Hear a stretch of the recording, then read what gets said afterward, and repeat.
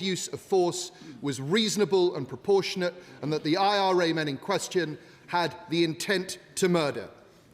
A judicial review was brought against these findings, but in October last year it was thrown out by the High Court in Belfast, with the judge saying that the case was, and I quote, ludicrous and utterly divorced from reality. This morning we hear depressingly that that case is to continue 35 years after the incident and after the soldier in question has been investigated for years. How can the Secretary of State think that this is right? Well, any citizen of the United Kingdom, as the honourable member is well aware, has a right to bring a judicial review against any decision that has been made. It is for the courts to determine that. I would join with him, having seen what the original judge said in throwing out the case, that given the fact that the inquest found that the use of force in that case was lawful, perhaps it's not surprising that the judge threw out as having no merit whatsoever. If the case is continuing, we will have to leave it to the judicial process to decide what happens, but I have confidence in our courts. Look, doesn't this case absolutely exemplify why the government's solution is entirely wrong? It reopens the door to vexatious litigation, which allows our veterans to be dragged through the courts, even when the courts themselves say that the case is ludicrous. And it also exposes the absurdity of the fact that legal aid is paying for these challenges against our veterans. We are all literally paying for lawyers to bring vexatious litigation against our troops. The government seems rightly to have paused its bill. Will it please use this opportunity to think again and take a new approach which guarantees that there are genuine protections for those who serve? Well, there I can assure the honourable gentleman there will be genuine protections. On the question of legal aid in Northern Ireland, that is a matter, as he well knows, for the Northern Ireland Executive. Given the case that he has cited, I was not aware that the last government at any point considered removing the right to bring judicial review against any decisions at all. If he's now advancing the argument that judicial review should not be available in certain cases, well, I would say good luck to him, because it is a foundation of our legal system. Paul Curlin, Liberal Democrat spokesperson. Thank you, Mr. Speaker. On a recent visit to Northern Ireland, I met with numerous stakeholders, including veterans, victims and survivors, all of whom are seeking justice. Yet I fear both the former Legacy Act and the current Troubles Bill conceive of justice too narrowly, via the constricting lens of lawyers preoccupied with criminal sanctions and civil compensation. Stakeholders want answers, not retribution. That is why I've tabled amendments to the Troubles Bill to formally provide the option of a restorative justice pathway for the many victims of the Troubles who simply want to know what happened. Does the Secretary of State agree that restorative justice has an important role to play in reconciliation, and will he meet with me to discuss supporting my amendments?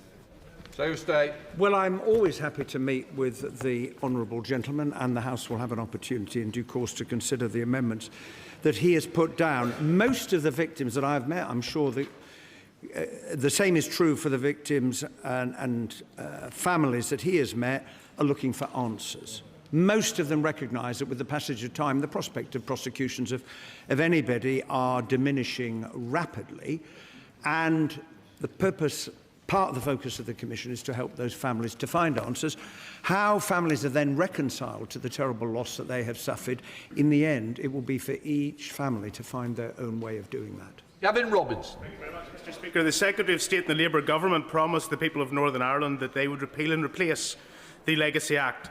They have not. They promised through this 2-year extended parliamentary session that they would deliver legislation that attained support across the community. They have not. It is delayed at the moment because of discord amongst his own benches. What does he say to the victims of Northern Ireland who want to see progress?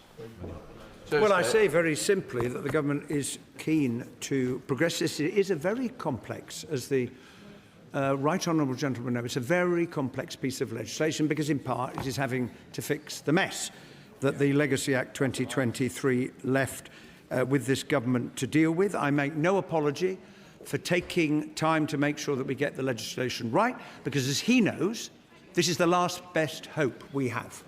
Gavin Robertson. The Northern Ireland Affairs Select Committee has just heard from the Chief Constable of the PSNI, John Boucher, who indicated that he, the Secretary of State, has put in a claim to Treasury for an additional hundreds of millions of pounds to fund the Legacy Commission, but yet the PSNI has nothing. They have £200 million of civil liability cases with them. They have no resources to progress. Even if they were asked for information, they couldn't provide it. Does he recognise there's a legacy funding deficit within the PSNI, and will he too similarly seek money for them? Well, I would say to the right honourable gentleman that the creation of the Legacy Commission took away from the PSNI some 1,000 cases.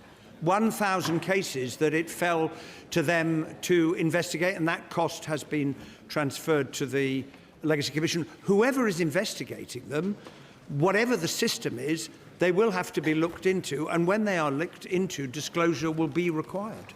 Paul Forster. Question number 3, Mr. Speaker. Secretary of State. Thank you very much indeed, Mr. Speaker. With permission, I will answer questions 3, 10 and 11 together.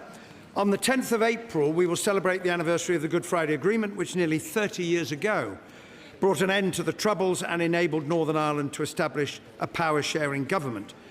In the years since, Northern Ireland has been transformed, and I look forward to working with everyone to make further progress. Very much. Paul Foster. We approach the anniversary of the Good Friday Agreement, historic in that it ultimately delivered peace for a generation. With the knowledge that it requires constant political cooperation and public support, its biggest challenge, no doubt, is the Tory reform policy of leaving the ECHR. If the UK left the ECHR, it would undermine a core principle of the agreement. Does the Secretary of State agree that there are some within this chamber that would wholly compromise the peace in Northern Ireland for short-lived, ill-judged political gain? So State. Well, I do agree with my honourable friend, and I do not understand why some are advocating removing the ECHR from the Good Friday Agreement. It would be highly irresponsible, and I think it shows a complete lack of understanding about what the agreement involved, because you cannot just walk in and pull out one of its pillars for the sake of party ideology. That's a good tell. Thank you, Mr. Speaker. The Good Friday Agreement was a landmark achievement of the last Labour government, and it is a beacon of hope for conflict-affected states around the world. Now, before coming into this place, I had the privilege of witnessing and experiencing Northern Ireland young people's leadership in this area, where they shared their experiences and the lessons from the Good Friday Agreement. So with that in mind, can the Secretary of State tell me what he is doing to share the UK's expertise and to ensure that others affected by conflict can benefit from it as well? Secretary of State. Well, I agree with my honourable friend. The biggest lesson of the Good Friday Agreement is it takes immense political courage to say yes rather than to go on saying no. And to pick up her point, back in the end of last year, the Foreign Secretary convened the Western Balkan countries under the Berlin process at Hillsborough Castle, and the First and Deputy First Minister talked through how Northern Ireland has made this extraordinary progress. One example of how the lessons of that agreement are being heard around the world. Bill Rivera adding. Thank you, Mr. Speaker. The Good Friday Agreement recognised the importance of addressing the suffering of victims of the Troubles. Legislating for this remains unfinished business, as does the implementation of a border poll, for which there is significant support in the North. As we approach the anniversary, does the Secretary of State agree that it's time to take action on both? Secretary of State. I say to my honourable friend that the provisions relating to a border poll are very clearly set out in the Good Friday Agreement. There is one criterion that governs such a decision. There is no evidence at the moment that there is a majority for a constitutional change in Northern Ireland, and I commit to the House that I've done before. I will uphold in letter and spirit that bit of the Good Friday Agreement. Yeah. Sir Julian. Speaker, could I add to the tributes paid to the table clerk? In all of the advice he's given in the last 40 years, he gave particularly good advice on the meaningful vote which left many of us traumatised, but he developed a great expertise in.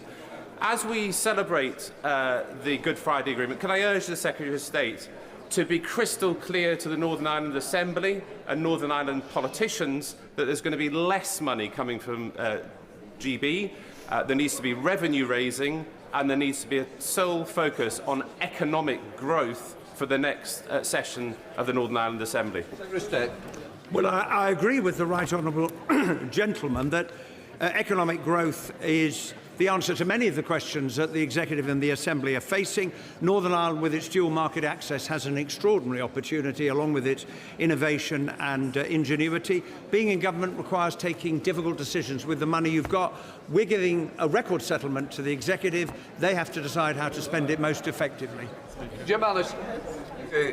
As the Secretary of State talks up the Belfast Agreement, he of course ignores the fact that its primary pledge of no constitutional change without consent has been trashed by the Windsor Framework, in that Article 6 of our Acts of Union, no less, has been suspended, and Northern Ireland, in 300 areas, is subject to foreign jurisdiction. That is constitutional change without consent. And more than that, the guarantee of cross-community support was removed in order to force through the 4-year extension of the protocol. So, surely the Secretary of State should realise that the Belfast Agreement has been hollowed out in order to promote the nationalist agenda, which he seems so ready to embrace. Well, I don't accept the argument that the honourable gentleman advances, either in relation to the Good Friday Agreement. When it comes to the Windsor Framework, those who advocated to leave the European Union didn't think about the consequences to entities, one open border. How are you going to ensure that goods that cross the border meet the rules of the respective entity? And that is what the Windsor Framework is seeking to do. But the government is negotiating an SPS agreement with the EU, which has been widely welcomed by all parties across Northern Ireland. Campbell. Speaker, in any marking of the end of violence, does the Secretary of State agree with me that a key date is in fact 1994, when the main violence perpetrators, the IRA, finally woke up to the reality of their ranks being riddled with informants, were running out of options, and they declared a ceasefire. That was then followed by a loyalist paramilitary ceasefire doing likewise. But civilised society should never applaud or celebrate murderers ceasing doing what they never should have started in the first place. Well, I say to the honourable gentleman, there was always an alternative to violence, always an alternative, and that recognition was finally reached when the Good Friday Agreement was negotiated and signed, and Northern Ireland has seen the benefit since. And it shows, as I indicated earlier, instead of saying no, which happened repeatedly on all sides, when you're finally prepared to compromise in the interests of peace, enormous benefits flow, in this case to Northern Ireland and elsewhere in the world. Question number 4, Mr. Speaker. Mr. Speaker, we are indebted, all of us, to the men and women who serve in our police force, who day in, day out work to keep our communities safe. I know the PSNI purchased the site in the honourable member's constituency last year. He will obviously know that policing and justice is devolved, so the next steps are for the PSNI and the Executive to discuss a way forward. Would the Minister agree that policing in Northern Ireland has consistently showcased excellence with some of the most courageous public service anywhere in the UK, and that the development of a new police college on a 54-acre site at Holywood represents a unique opportunity to build the expertise? Would he agree to a site meeting with me to discuss funding opportunities to develop that policing college in Northern Ireland? No problem. I would be very happy to join the honourable member at that visit. He makes his case very powerfully. He pays rightfully tribute to the brave men and women who serve in our police, and I'm sure the Executive will have heard his case for the PSNI as well. Question number 5, please, Mr. Speaker. Secretary of State. Northern Ireland will directly benefit from the spring forecast, with almost £390 million in additional funding to the Executive over the next 3 years, including £231 million in 2026-27. This is money the executive could use to deliver on its priorities, including the transformation of public services and promoting economic growth. Douglas McAllis. Thank you, Mr. Speaker. The £379 million in Barnett consequentials announced by our Chancellor earlier this month is on top of the £370 million of extra funding announced in the budget, all in addition to the £19 billion of funding settlement announced at the spending review. So does the Minister agree with me that this record level of investment, and it's now for the Executive to produce a balanced multi-year budget that will deliver for the people of Northern Ireland? I do agree with my honourable friend. The government has taken a decision to enable, if the Executive wishes to do so, to agree a multi-year budget. Discussions are taking place. We've had the open book exercise, and I hope that the Northern Ireland Executive, given those considerable additional resources, will be able to find a way forward. Sammy Wilson. As a result of the government's mismanagement of the economy, the spring statement forecast that economic growth would go down, wage growth would go down, and also that we would have an increase in inflation, all of which will hit Northern Ireland more severely than other parts of the United Kingdom. Yet the government refuses to do anything about the massive costs of the Windsor Framework, and has imposed from the 1st of July carbon taxes on sea transport across from GB to Northern Ireland, which will hit our economy even harder. Why is the government ignoring the real issues facing the Northern Ireland economy, both through its actions and its inactivity? Go through. Secretary of State. I don't accept the right honourable gentleman's characterisation of what the government is doing. It has brought economic stability to the country after the disaster of the previous government. It has given record support to the Northern Ireland Executive, and we are working through our negotiations with the EU to reduce the impact of the Windsor Framework. The SPS agreement, as I said a moment ago, widely welcome across Northern Ireland, is a really good example of that. Yes. Chair of the Select Committee, Tony Antoniazzi. Mr. Speaker, while this funding in the spring statement is welcome, the Secretary of State told us that he was looking at alternative sources for funding of the charity sector because of the disappointment in Northern Ireland over the local growth fund split of 70-30. Could he update the House on his conversations? Yes, I am working very hard together with the voluntary sector and I hope the Executive to find a way forward. There is £9 million available in resource to fund those schemes from the 1st of April. I held a meeting to encourage the voluntary sector to apply for a bid to Peace Plus, and with the considerable additional resources that have been made available to the Northern Ireland Executive, it is open to them to make a contribution so that the economic inactivity programmes, which we all value enormously, can continue. Northern Ireland Office and Treasury are doing an open book exercise on all departments of the Northern Ireland Executive and how they're spending their block grant allocations. Will the Secretary of State commit to publishing any findings that they find? It will be a report from the Treasury to the Northern Ireland Executive. It is for the Executive to take the decision, but I say from this dispatch box, I would welcome its publication. Mike Wood, Shadow Minister. Mr. Speaker, hospitality adds nearly £2 billion to Northern Ireland's economy, supporting more than 75,000 jobs. But last year, more than 2,000 hospitality workers in Northern Ireland lost their jobs. So does the Secretary of State agree with Unite the Union, of which I know he's a member, that this is the result of the government's disastrous national insurance rises? The national insurance rise decision that the Chancellor took in her first budget was necessary because of the woeful economic legacy left to this government by its predecessor. And if the honourable gentleman is not prepared to recognise that very basic fact, he's not been paying attention. We come to Prime Minister's questions. Cat Smith. Question number 1, Mr. Speaker. Prime Minister. Thank you, Mr. Speaker. An attack on Britain's Jewish community is an attack on all of us.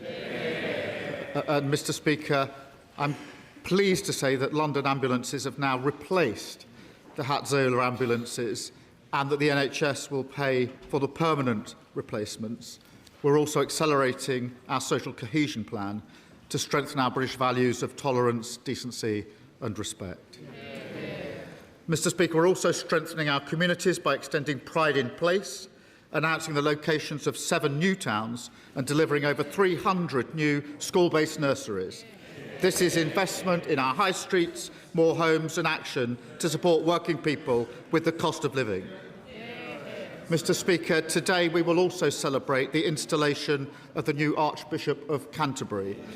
It's a key role in our national life, and I wish her every success. This morning I had meetings with ministerial colleagues and others. In addition to my duties in this House, I shall have further such meetings later today. Thank you, Mr. Speaker. And I'd like to thank the Prime Minister for the £47 million that this government has given to Lancashire County Council to repair potholes. However, my constituents still feel like they need a moon buggy to navigate the streets of Lancashire. So would you agree with me that the reformed councillors at Lancashire County Council are clearly wired to the moon if they think they're making effective use of this £47 million? Well, can I extend my sympathy to residents in Lancashire who are being utterly failed by their reformed county council? And, Mr. Speaker, it's the same picture across the country. In Kent, Reform are cutting social care. In Worcestershire, they're hiking council tax by 9%, despite promising lower taxes. In Staffordshire, the scandals and infighting have been so bad, the Reform are on their 4th leader in 11 months. It's a warning to the whole country. Reform have nothing to offer but chaos, grievance and division. Leader of the Opposition, Hilary Benn. Thank you, Mr. Speaker. I asked the Prime Minister 6 questions last week, and he didn't answer a single one. He has a duty to this House, Mr. Speaker, to answer the question. Let's see if he can do better this week. I'll start with a simple one. Will the Prime Minister approve the licences for Rosebank and Jackdaw gas fields in the North Sea? Prime Minister. Mr. Speaker, under statute, that is a matter for the Secretary of State, as she knows, because it's the same arrangements that were in place under the last government. Licences were granted. They were then struck down because of the defects in the process of the last government. But, Mr. Speaker, oil and gas is coming out of the North Sea 24/7. It will be part of the energy mix for many years to come. We fully support all existing oil and gas fields throughout their lifespan, and in November we made changes to extend to allow neighbouring fields to be exploited. But we need to take control of our energy prices. The only way to do that is through renewables. The party opposite used to make that argument. One of their senior figures in 22 said this: it's investment in nuclear and renewables that will reduce our dependence on fossil fuels and keep our consumer costs down. Who was that senior figure? The Leader of the Opposition.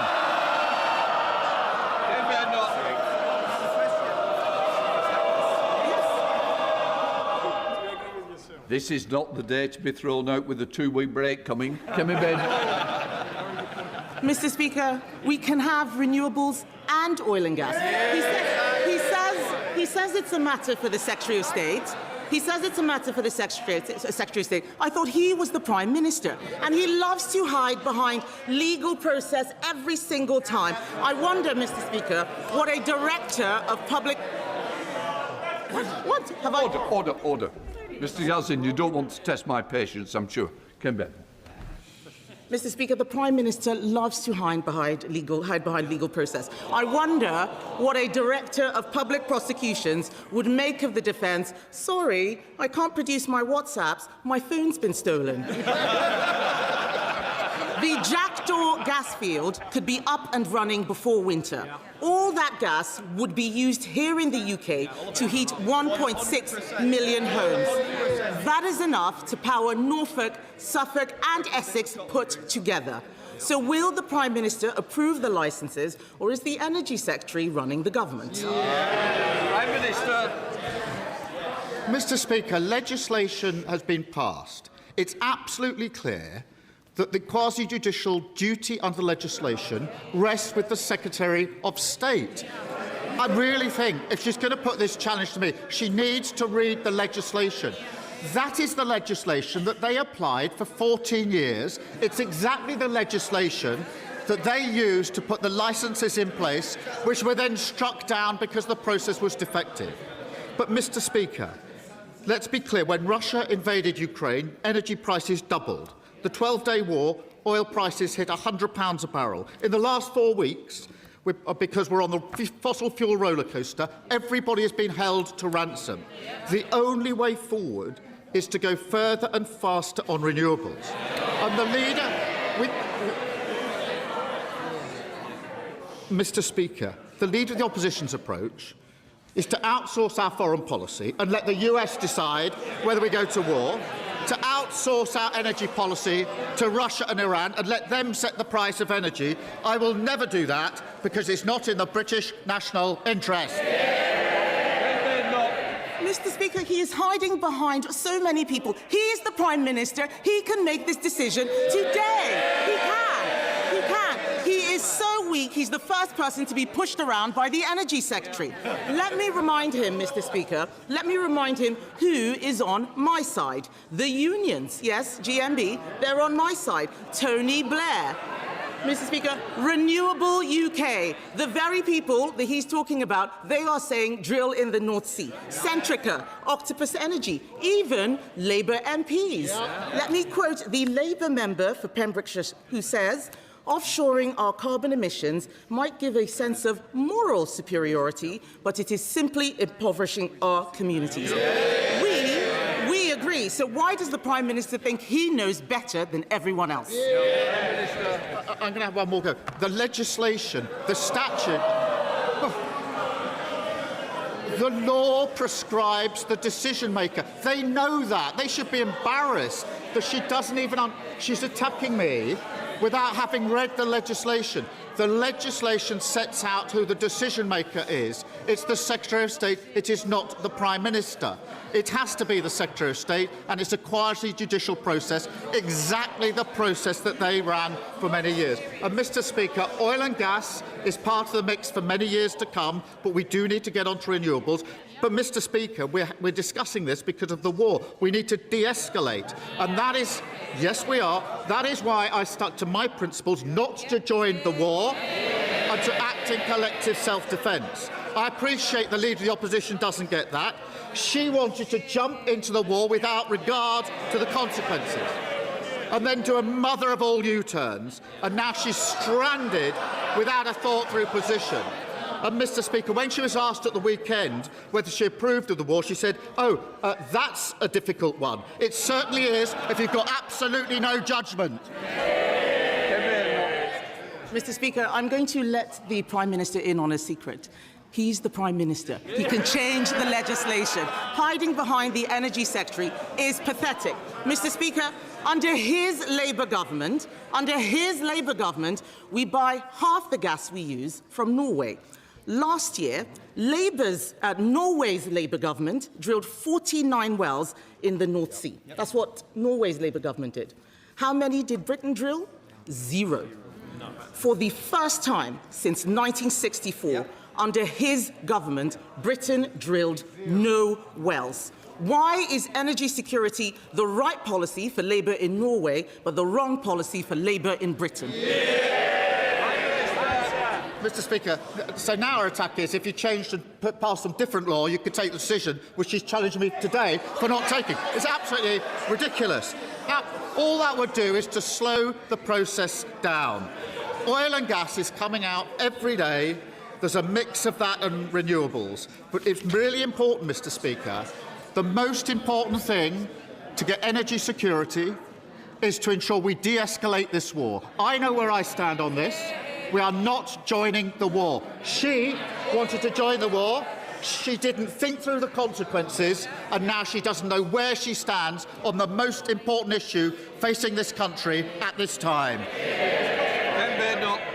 Mr. Speaker, the Norwegian Prime Minister is doing what is right for his country. If only our Prime Minister would do the same. Stopping all new drilling in the North Sea was a reckless promise when he made it before the election. In the middle of a global energy crisis, it is catastrophic. Experts are predicting a £300 rise in bills in July. Approving new licences would show he was serious about cutting bills. Why won't he do it? Prime Minister. Mr. Speaker, because of the action that we've taken, bills are coming down by up to £100 household bills next month. Then they will be capped for 3 months. That's what we're doing to protect households across the country. And who voted against it? The Tories and Reform, because they just don't get the impact on working people that we will protect. Mr. Speaker, he says bills are coming down. They are higher than they were when he came into office. And he's talking about, he's talking about what they're doing to help with energy bills. Families and businesses will suffer from the spike in energy costs because of his decisions. He could abolish the green taxes on their bills. He could stop the fuel duty rise. We could drill our own gas in the North Sea. What's he doing? He is planning another giveaway to people on welfare. Yet again, he's taking money from those who do work to give to those who don't. First, we had the budget for Benefit Street. Now it's the bailout for Benefit Street. Doesn't this just prove that they've given up being the Labour Party and they're now just the welfare party? Mr. Speaker, the spike... they're the ones that double spend on welfare, Mr. Speaker. They're the ones with a broken system. And when we tried to mend it, what did they do? They voted against it. Order. Mr. Dewhurst, you're tempting my patience. Thank you, Prime Minister. Mr. Speaker, she talks about the spike in energy prices. That's because of the war, which I say we shouldn't join, and she says we should join without following through on the consequences. And time again, she gets the big calls absolutely wrong. She wanted to drag us into the war. She got that wrong. She opposed taking control of energy security, and she got that wrong. She opposed our decision to cut energy bills, and she got that wrong. And she seriously thinks that'll make her relevant, and she's got that wrong. Debbie Abrams. Thank you, Mr. Speaker. Can I thank the Prime Minister for the new funding for 3 new primary school nurseries in Oldham? But can I ask him specifically about Monday's liaison committee, when he agreed that Israeli settlements in the West Bank are unlawful and that their expansion threatens the viability of a Palestinian state? Will he confirm, as he said he would, that any potential bidder for EU1 contracts from the UK knows that this is unlawful? And will he set out exactly what will happen as a consequence? Mr. Speaker, let me do that. The Israeli settlements, including the E1 settlement, are a flagrant breach of international law and threaten the viability of the two-state solution. That's why, alongside international partners, we've sanctioned those responsible and their supporters who incite violence. We've consistently urged the Israeli government to act to stop these incidents. We also recommend that settlement products are labelled so that consumers are informed, and will continue to take the necessary action to defend Palestinians and protect the two-state solution. Leader of the Liberal Democrats, Sir Ed Davey. Thank you, Mr. Speaker. Can I associate myself with the Prime Minister's remarks about Monday's despicable attacks on the Jewish community? Anti-Semitism has no place in our society, and given the potential links with the IRGC, I hope the government will move faster to prescribe them as terrorists. And Mr. Speaker, as a former Secretary of State for Energy who granted licences for oil and gas exploration, can I make a judgment on this argument? The Prime Minister is actually right, and the lead opposition is wrong.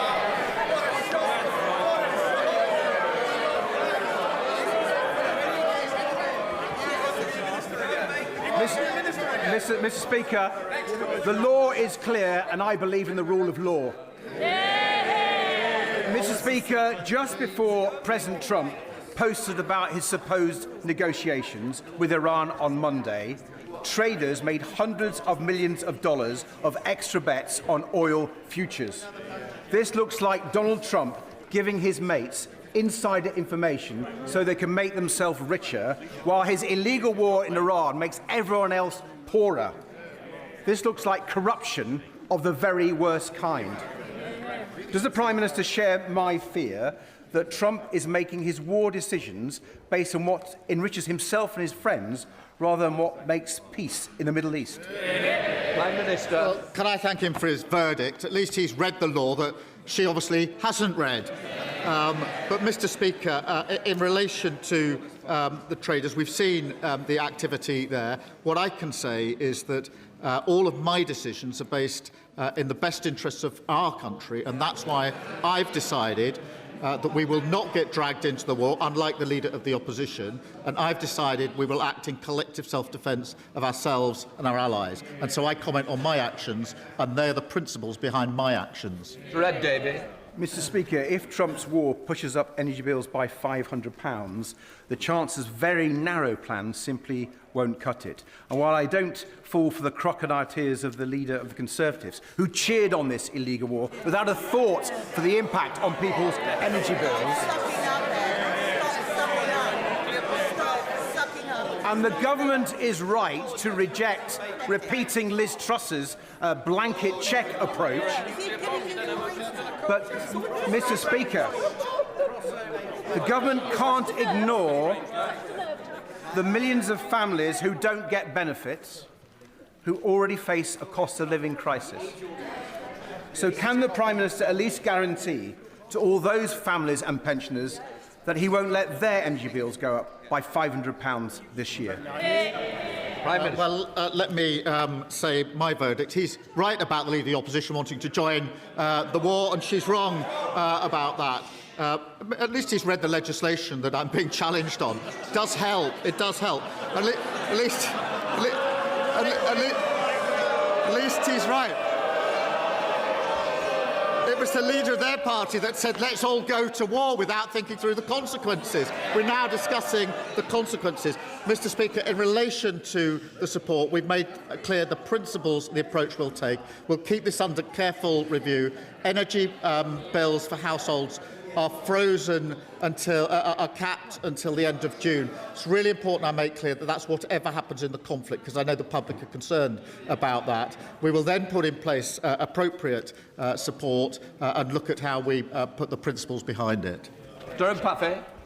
Thank you, Mr. Speaker, and can I associate myself with the Prime Minister's remarks on the terrible Golders Green attacks? Mr. Speaker, rebuilding trust and integrity in our democracy matters deeply to my constituents in Southampton.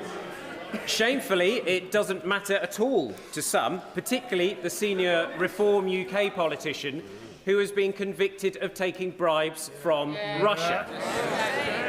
Does the Prime Minister agree that there has never been a more urgent need to defend our country from hostile forces who would try to undermine our democracy? And will he set out what concrete steps he is taking to crack down on foreign interference in British politics? Prime Minister. Can I thank my honourable friend? He makes a powerful point. Mr. Speaker, the Communities Secretary will make a statement later on the Rycroft review, which sets out the stark threats posed by illicit finance. I can tell the House we will act decisively to protect our democracy. That will include a moratorium on all political donations made through cryptocurrencies. I hope that will be welcomed across the House. There is only one party leader who has shown he will say anything, no matter how divisive, if he's paid to do so. Nigel Farage. Thank you, Mr. Speaker. Smash the gangs. That is what the Prime Minister promised us. Trust me, I will stop the boats from coming. But 70,000 later, and 1,000 in the last week, and too many young men that pose a threat to national security, is it not time to admit Smash the Gangs has been a total abject failure, along, frankly, with most of his other policies, isn't it now time, he told us, as summer approaches, what is Plan B? Prime Minister. Well, Mr. Speaker, this is from the man and the party that voted against giving law enforcement counter-terrorism style powers to tackle it. So he wants the grievance, he doesn't want it sorted. And he has absolutely no judgment. He again said, let's join the war, let's all go to war. I want to make it perfectly clear he wants the war. A week later, screeching U-turn, we don't want to go to war. And he says, trust his judgment. Mr. Speaker, it's hard to take anything he says seriously. He promised lower tax, and now reform councils are hiking council tax by 9%. In Worcestershire, this is what he said about Worcestershire. He said, we took control of a virtually bankrupt council. I wish we hadn't bothered. He asked for people's votes, and then he abandons them. Reform don't want to solve problems, they only want to exploit them. I am thankful for the opportunity to change this country for the better. He says he wishes he hadn't bothered winning councils, because they're an absolute disgrace. Thank you, Mr. Speaker. Can I thank the Prime Minister for the £35 million of funding announced this week to transform Crucible Theatre and keep the world...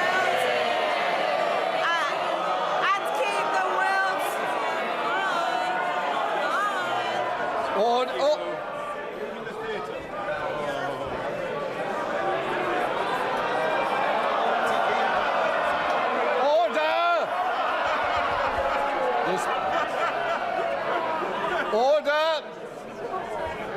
I want to hear this member's question, especially those who are interested in snooker. Dr. Rachel. Thank you, Mr. Speaker.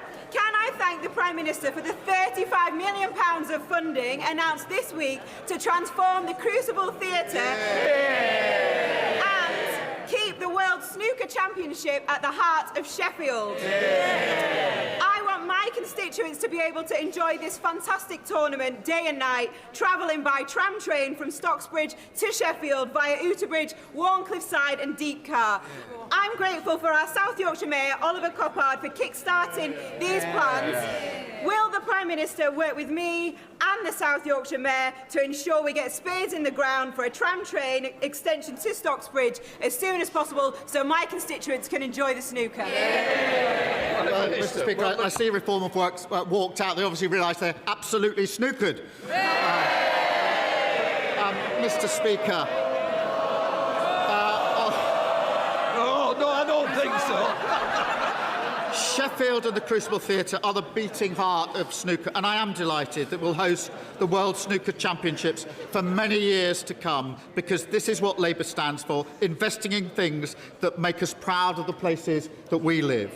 Can I reassure my honourable friend we're working closely with South Yorkshire Combined Authority on better transport links, providing over £1.4 billion to spend on their priorities, which could include a new tram fleet, more modern stops or deliver extensions. Thank you, Mr. Speaker. Last week I met my constituents Rob and Lizzie at the King's Arms Hotel in Melrose, which we run as part of a family business of 10 hotels across Scotland. They employ over 250 people, but their national insurance bill is going up by £288,000 because of Labour's tax on jobs. We need to get Britain working again, but this government's policies are doing the opposite. Does the Prime Minister understand the damage that he is doing to our economy, and how does he expect businesses like this to survive? Prime Minister. Mr. Speaker, the steps we've taken have been to repair the damage that was done by the previous government, and we took those steps, and the spring statement showed the results of those steps. Inflation coming down, interest rates coming down, and the economy stabilised. I know they don't understand that because they blew up the economy in the first place. Tony Antoniazzi. Mr. Speaker, my constituents Tony and Rebecca Wadley received insulation under the Tory government's Eco4 scheme, but the work left their home with black mould, leaks, damp and even a solar fire, damage now requiring £100,000 worth of repairs. Rebecca is suicidal, Tony has had pneumonia, their asthmatic son cannot live at home, and like many others they are required under the rules to use the same contractor responsible for the faulty work, only up to £20,000. Now, will the Prime Minister commit to overhauling this broken system so that my constituents and many others can receive fully funded repairs carried out by a competent builder? Prime Minister. Mr. Speaker, an independent audit of the previous government's failed insulation schemes show unacceptable levels of failings. We've acted to make sure poor quality installations are fixed. It is important that those responsible are held to account for the cost of remediating the issues. I do recognise that there are some complicated cases. I'll make sure a Minister looks at her constituent's case and that urgent action is taken. Harriet Baldwin. Thank you, Mr. Speaker. Now, the Prime Minister says that he's concerned about the cost of living. So can he explain why he allowed his government minister to give permission to reform-led Worcestershire County Council to inflict that 9% council tax hike on my constituents? Mr. Speaker, Reform have to take responsibility for their decisions, and they've moved out. John Trickett. Mr. Speaker, two members of the same family in my constituency recently suffered serious health problems.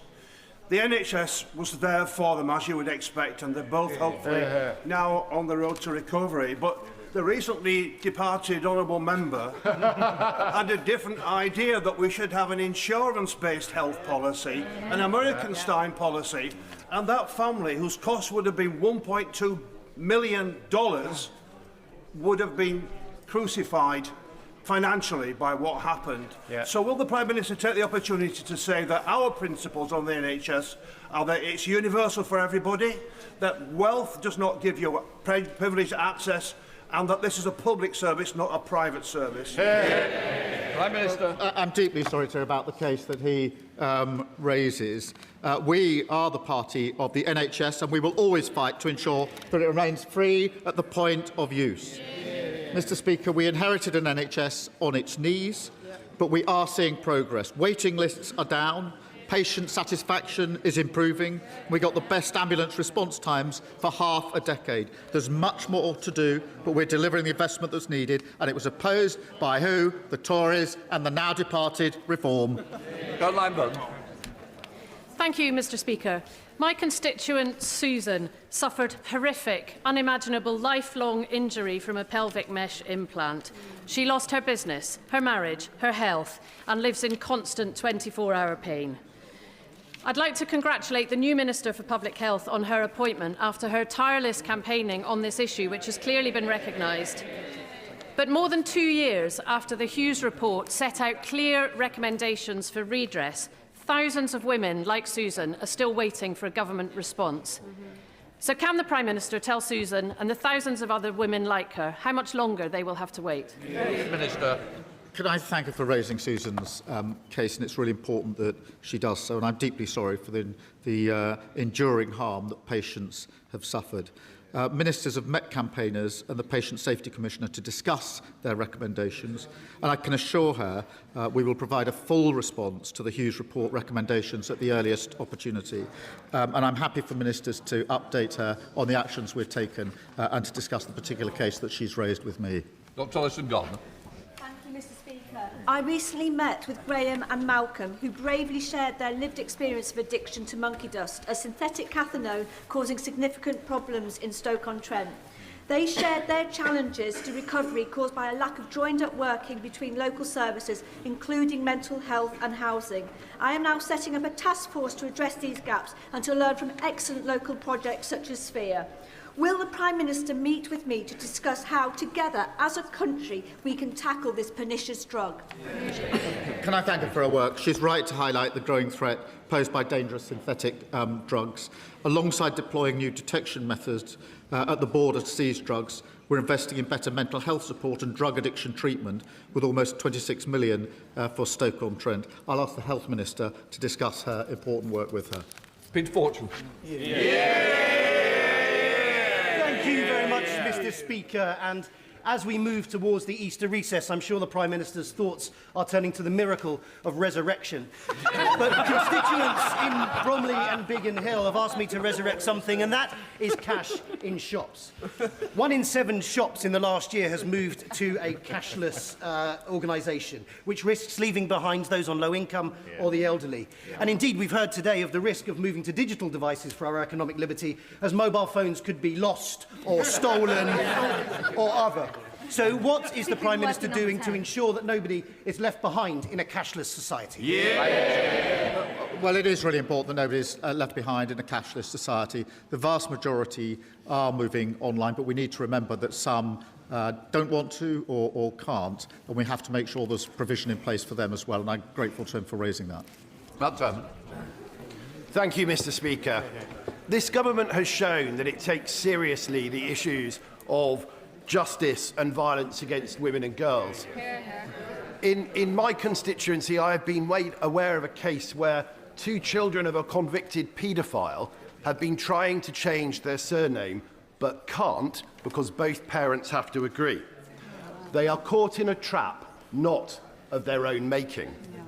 Will my right honourable friend agree to meet with me and or the relevant minister to hear how the legal system is denying justice to these children and what we can do about it? Thank you.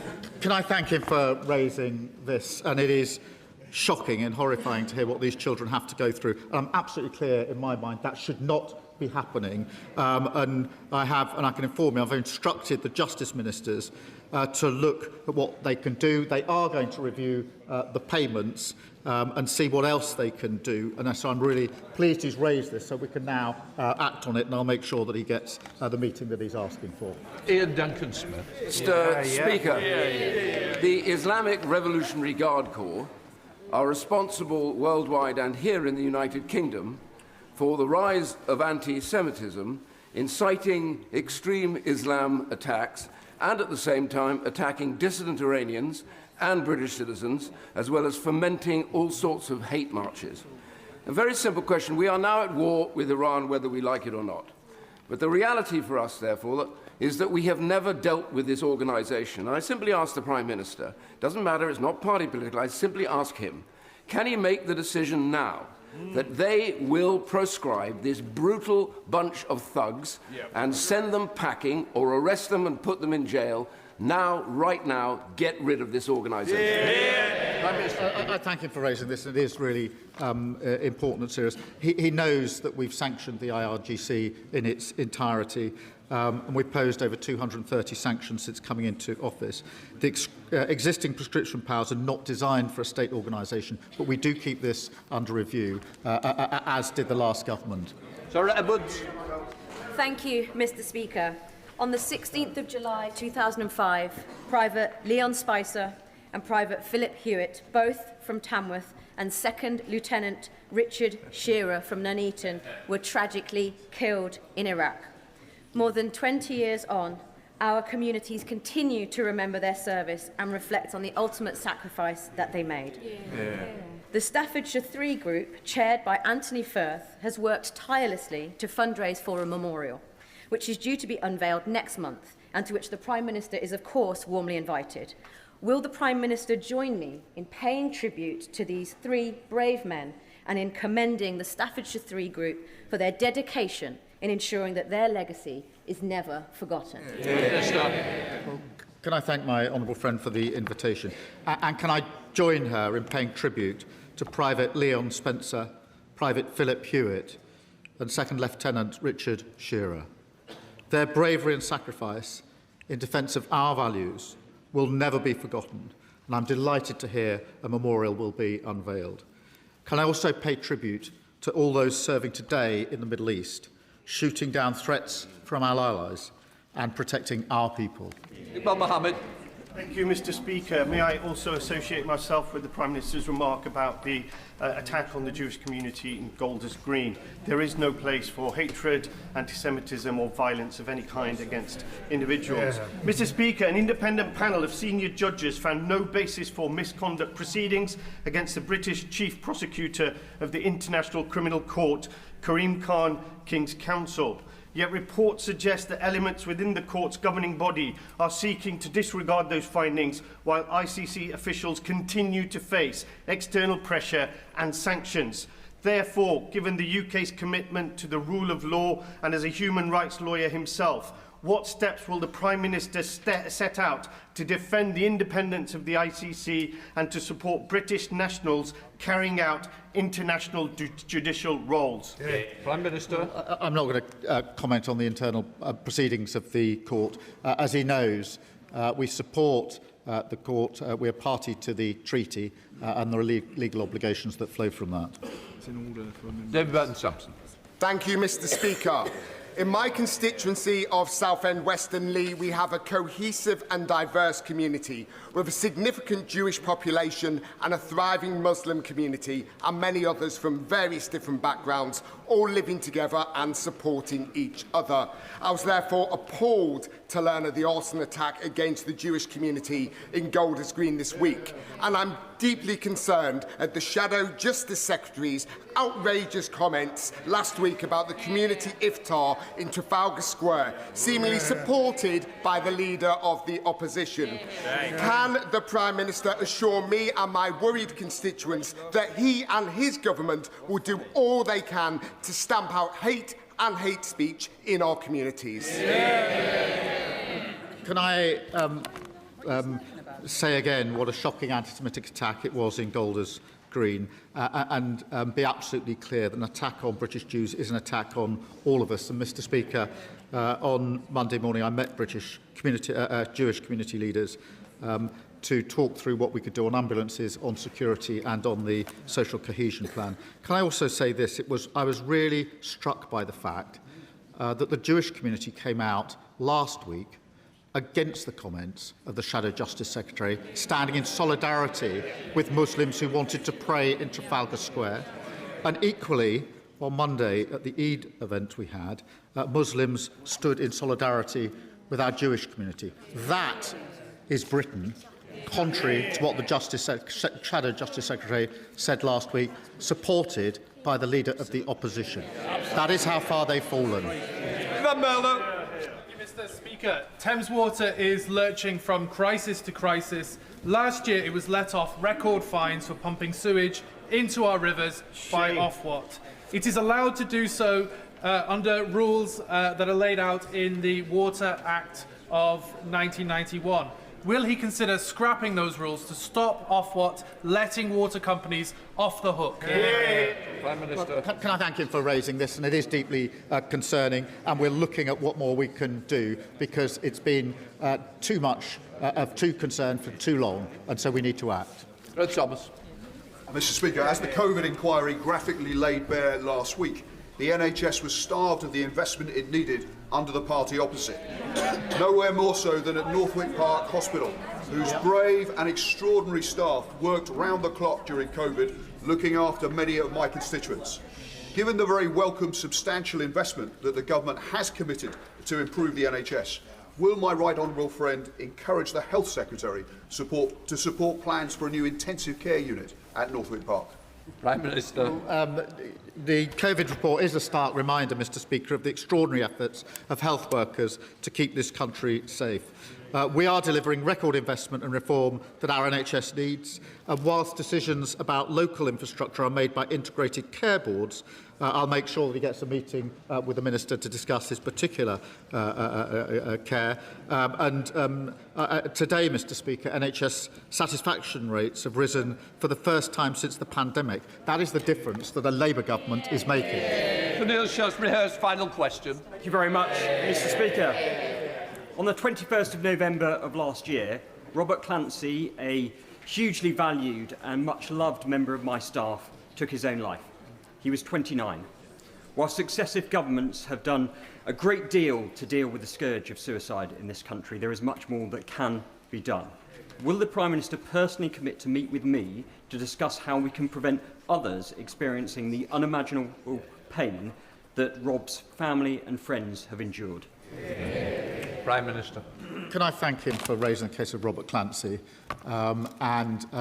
We are happy to work across the House on all that we can do in relation to suicide. I'm pleased that we've been able to put in place a strategy. That is the action of this government, but it needs to be the action of all of us. And I'll make sure he gets the meeting that he is asking for, and thank him again for raising this case. It's really important that he does so. Please, Prime Minister's questions. Point of order, Mr. Speaker. Point of order, Mr. Speaker. I can hear you, don't worry. Unfortunately. Just let everyone's walking in front of you. It doesn't do you any benefit or me.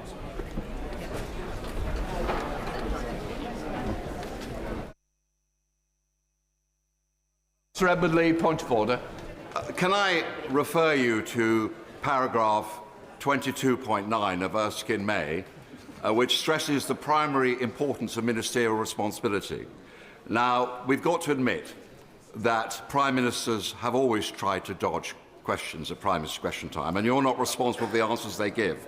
But what we have seen in recent weeks is not just dodging questions, but every question asked to the Prime Minister, he refers to the Leader of the Opposition's policies. This is not Leader of the Opposition policies, it's Prime Minister's and the whole...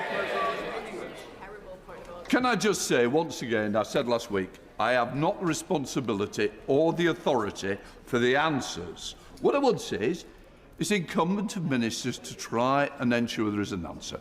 But it is not for me to judge whether the answer is correct or not. You will be politicising the chair. If that's what the House wishes to do, by all means do so. But I have not got the power. Once again, I reiterate what I said last week. Point of order, Cat Smith. Thank you, Mr. Speaker. It is point of order. And can I seek your guidance, Mr. Speaker, about what the rules are in this chamber, about how many questions a member needs to stay in the chamber for? None whatsoever. None whatsoever, because we're in questions, so we're right. Right, next one. Thank you, Mr. Speaker. I've given advance notice to you and the member for Clacton. There's an important tradition and custom in this House that people remain in the chamber for at least... Order. Absolutely not a point of order, and I've certainly had any indication of what you're asking me, but the answer is not a point of order and not relevant. Right, let us move on to the Secretary of State, Steve Reid.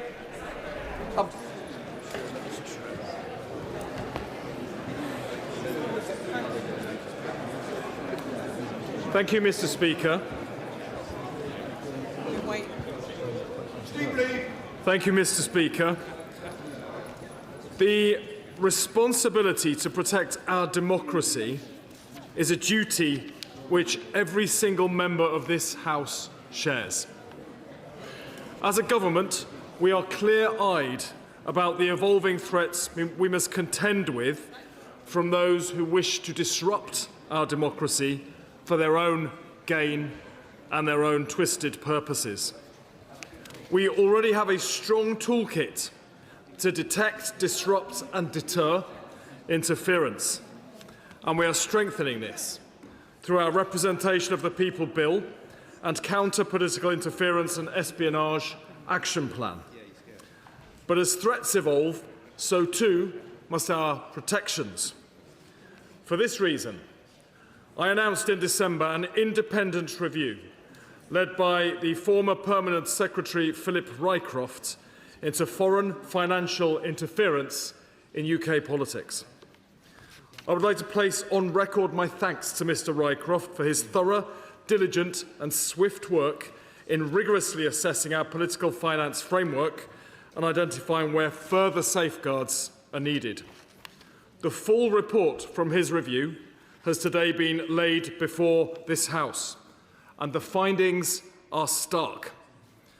Mr Rycroft concludes that this country faces a persistent problem of foreign interests seeking to exert influence on and to interfere in our politics, and that the threat has become arguably more acute. While he welcomes the measures in our bill, the report is clear that we need to go further, and I agree. We welcome both Mr Rycroft's assessment and his wide-ranging recommendations, which cover the regulation of corporate and overseas donations, the need to close loopholes used by some non-party campaign groups, the approach to combating online threats, the importance of ensuring enforcement agencies have the information and powers they need, and the organisation of Whitehall to ensure we are best placed to tackle these threats. In advance of the Commons report stage of the Representation of the People Bill, we will provide a comprehensive line-by-line response to all of the report's recommendations. I'm clear that wherever necessary, we will be amending the bill to ensure our defences against foreign interference are robust. And given the gravity of the threats we face and their level of seriousness, I also want to reassure the House that we will take immediate action on the most serious loopholes set out in the report that allow illicit foreign money into our democracy. Madam Deputy Speaker, British citizens living overseas have the right to participate in UK parliamentary elections, and this gives them the right to donate to parties or candidates they support. However, the report raises two fundamental concerns about such donations from overseas. Firstly, the report is clear that, quote, inevitably, tracing the source of funds offered by individuals living abroad is more complex than for domestic donations. The report also raises concerns about the democratic fairness of allowing people who have chosen to live abroad to have their wealth taxed abroad, but who nonetheless have the opportunity to make potentially game-changing donations into British politics. I will therefore take immediate steps to implement the report's recommendation on donations from overseas electors. We will introduce an amendment to the Representation of the People Bill to place an annual cap on the total political donations an overseas elector can make. That cap will be set at £100,000 a year. In light of the gravity of the issues raised in the report, I am not prepared to allow any window of opportunity in which malign actors based overseas can funnel dark money into our politics. This cap will therefore apply retrospectively, so it includes all donations from overseas electors received from today and all regulated transactions entered into from today. Once the provisions are in force, any donations by an overseas elector to any political party or regulated entity that exceed the cap for that overseas elector will be an unlawful donation. Subject to parliamentary approval of the amendment I will table, the recipient of any unlawful donation will have 30 days to return that donation once the legislation comes into force, after which enforcement action can be taken and criminal penalties will apply. This cap will apply to relevant donations from today in all elections in the UK. This includes for parties at the upcoming English local elections, Scottish Parliament elections and Senedd elections. In Scotland and Wales, donations to candidates rather than parties are devolved matters. But my intention is to seek a legislative consent motion for our amendment to ensure there are no gaps in our safeguards. And I will speak to my counterparts in the Scottish and Welsh governments to emphasise my commitment to work together to protect our electoral system right across the United Kingdom. The second recommendation I will take immediate action on relates to donations made in cryptocurrencies. Following extensive consultation, Mr Rycroft sets out clearly the deep reservations many people have about such donations. His conclusions are clear, and I quote, "There is a risk crypto assets are used as a vehicle to channel foreign money into the political system in the UK, and we should pause the use of crypto assets for political donations for the time being." Madam Deputy Speaker, I accept Mr Rycroft's assessment that the anonymity inherent in cryptocurrency transactions could make it easier to mask the origin of donations and to evade robust checks on the true source of funds.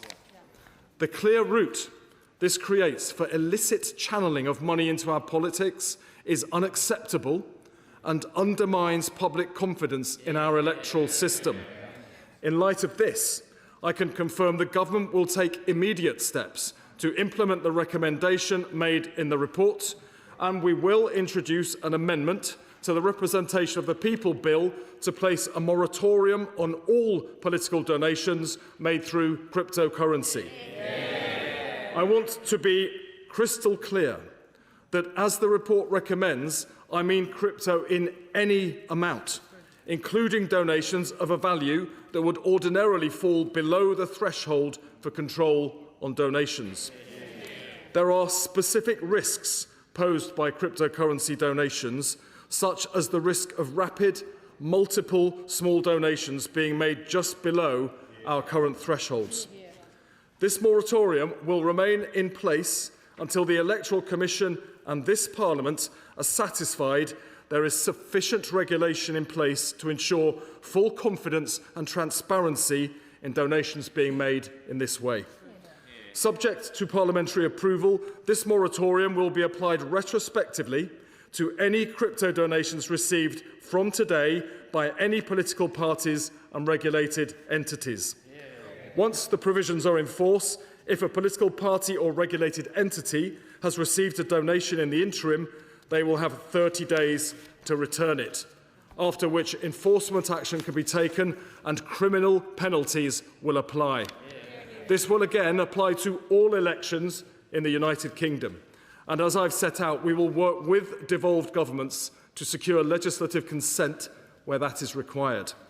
Madam Deputy Speaker, I would like again to express my thanks to Philip Rycroft for his comprehensive, thoughtful and well-reasoned report. It is and always will be an absolute priority for this government to protect our democratic and electoral processes. The swift and decisive action being taken by this government sends a clear message. We will do everything necessary to protect the UK's democracy. I commend this statement to the House. I call the Shadow Secretary of State, Sir James Cleverly. Those members that have come into the chamber extremely late will not be called to participate in the debate. You have to be here for the beginning of the Secretary of State statement, not here for the last minute of it. Shadow Secretary of State, Sir James Cleverly. Thank you, Madam Deputy Speaker. And I thank the Secretary of State for advanced sight of this statement, and I echo his thanks to Mr Rycroft on the work he's done on what is a very important report. We began the work in this area through the Defending Democracy Task Force, and I'm glad to see the Security Minister in his place to highlight the important link between the work of this report and the work that he does. And there should be no party political divide when it comes to protecting the integrity of our democracy. And of course, there is a great deal within this report that my party instinctively agrees with. But the process falls far short of what this House should expect. The Rycroft review, 50 pages, was published just 20 minutes before Prime Minister's questions and only 5 minutes before one of his ministers was hosting a meeting that I was invited to on local government reorganisation, making it very difficult for me to properly read the detail of the report and made it very difficult for me to read the detail of an incredibly important report, a report with which I said we instinctively have much that we agree. This is not just poor procedure, it means that it is harder for the opposition to properly scrutinise the actions of the government, particularly in light of the fact that many of the proposals in the report are being initiated immediately. Sadly, this does follow a pattern of behaviour from this government. This bill has already been through second reading and is at Bill Committee. And yet today, this is the first time we are seeing important elements of a report that goes to the heart of that legislation. Foreign interference is growing and it does demand a coherent response, a cross-party response. And yet this government chooses to legislate first and then make announcements later. They brought forward the Representation of the People Bill before this review had been reported. They asked the House to scrutinise legislation which was full of holes, which the Secretary of State is now announcing at the dispatch box. This is not good process, and it is not about process for process sake. It is about ensuring that unforeseen outcomes, bad outcomes, are avoided whilst protecting what needs to be protected. Because now we are told that major changes, fundamental changes on donations, on enforcement, and on transparency, we rushed into a bill midway through its process, late in the bill's passage, without proper consultation, without proper scrutiny, without proper time. Madam Deputy Speaker, this is not the way of making sure that cross-party policy is successfully implemented. And it is absolutely right that the Secretary of State and the government want to send a clear message that they take this seriously. And we echo that desire, but this is not the way to do it. Announcing government action by press release, then filling in the details later, actually undermines the important work at the heart of this report. Russia's aggression, Iran's hostile activity on British soil, cyber attacks on our institution, Chinese state-based activity against us here in the UK makes it incredibly important that we fight this fight together. And having these things bumped on the House in the way that this report has been does not help. And he knows that we are very much on the same side of this. So I have a number of questions which I will rattle through now. Why did he not wait for the Rycroft report before introducing this bill to the House? Which of the review's recommendations will require primary legislation, and what time will be made for that primary legislation? Will he commit to a full consultation with the political parties and regulators before making any substantive amendments to bill going through the House? From initial reading, the proposal on company donations will have a significant effect on legitimate domestic donations. Why is the government proposing to treat domestic philanthropy as if it was something distasteful? And will the Secretary of State confirm that these changes will not be brought forward without proper consultation and consideration on the effects of legitimate domestic funding? Fifth, foreign interference is not the only threat to the integrity of our elections. We have seen evidence of breaches of electoral law. So what steps will the Secretary of State take to ensure the current legislation is enforced?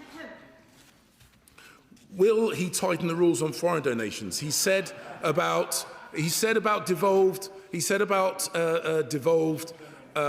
franchise changes in Wales and Scotland. What will he do to make sure that the forthcoming elections are protected? And finally, Madam Deputy Speaker, does the Secretary of State now accept a very short pause to enable good faith interventions from my party and others would make this legislation stronger and send the signal that we are united as a democracy in this endeavour? Secretary of State. Can I thank him, first of all, for his support for the purpose and intent of this legislation, and indeed for his and his party's engagement with Philip Rycroft and his review. He lists the reasons why this is important to all of us, and I agree with him. And certainly, I'll put on the record, I want to see proper engagement with the opposition and proper scrutiny, the opportunity for proper scrutiny by the opposition, because that will strengthen the legislation. It's important it has cross-party support, given the nature of the issue that we are talking about. We had to act quickly to bring forward the provisions because we could not allow a window of opportunity to open which would allow malign and hostile actors to evade the intent that we're all seeking. Beyond that, the proposals will proceed in the usual way through the parliamentary processes, and members on all sides will have the opportunity to comment and be engaged. It was necessary to act at speed because of the gravity of the threats, which Philip Rycroft's review outlines very clearly.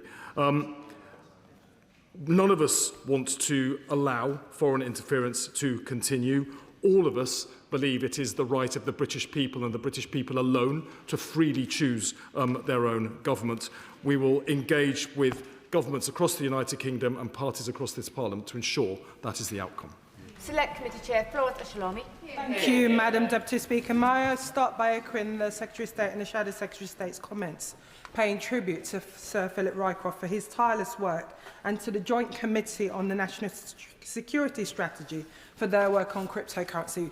Madam Deputy Speaker, we have to be honest in that there is a lot of mistrust in our politics and democracy as it stands. And I'm proud to stand here as someone who was supported by 2 trade unions and local members in terms of how I was funded for my campaign. And we also have to be honest to say that if we are going to defend this country from foreign threats in one breath, then allowing fundamentally opaque payment methods in our democracy is not on. And it is right that the government will put this memorandum on cryptocurrency in place. So I welcome the Secretary of State's pledge on this and the cap for overseas electors following the extension of their enfranchisement in the Elections Act 2022. But as it's stated in Rycroft review, we know that one of the problems is the fact that no less than 5 departments cover responsibility to protect our democracy.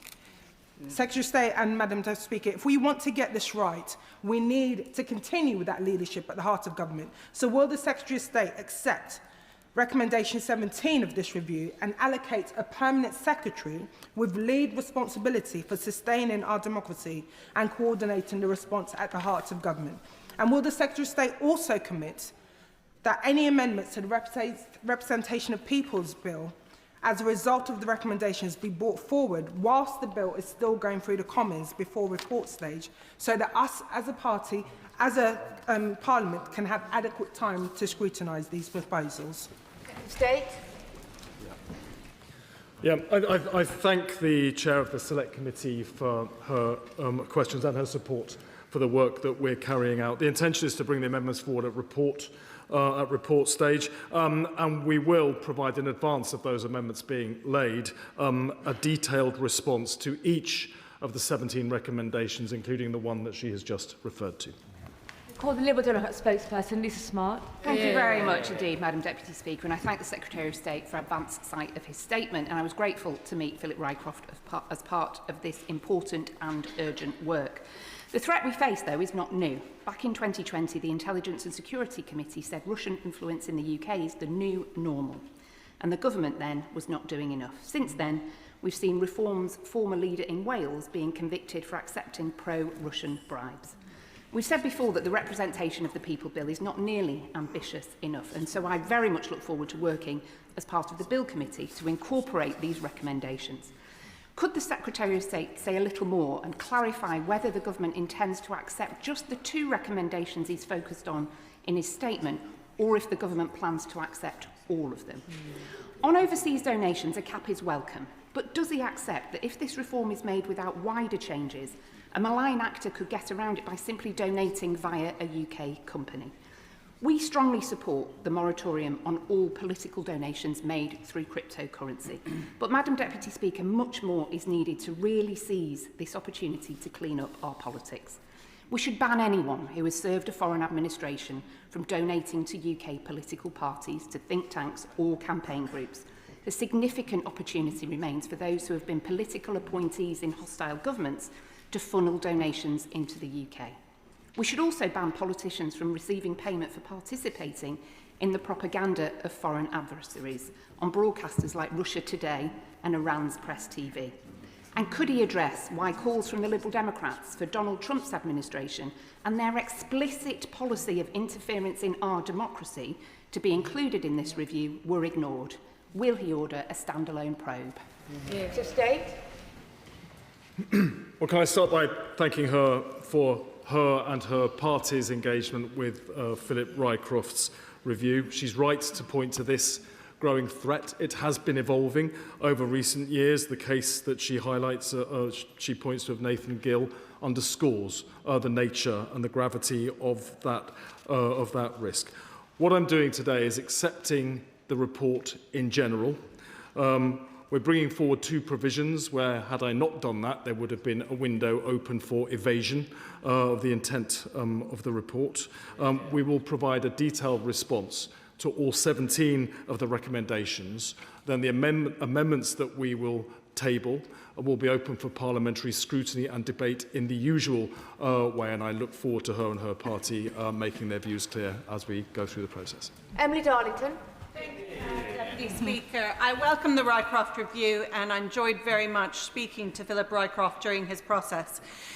Beyond the crypto and other financial donations, he talks about how we need to tackle deepfakes, bots, disinformation, create a political ad library, have greater investigatory powers for the Electoral Commission, and have an incident protocol should there be a major election incident. My amendments deal with all of these. Would he undertake to urgently meet with me so how we can take my currently named amendments and make them government amendments in the next stage? Secretary of State. First of all, I thank her for her support as well, and her active interest in making sure that the legislation that follows is as robust as it possibly can be. I would be more than happy to make sure she has an appropriate meeting with either me or the relevant minister to discuss her amendments. The report and its recommendations, of course, cover some of the concerns that she raises too, so it is our intention to amend the legislation to deal with those concerns. Chair of the Select Committee, Simon Hall.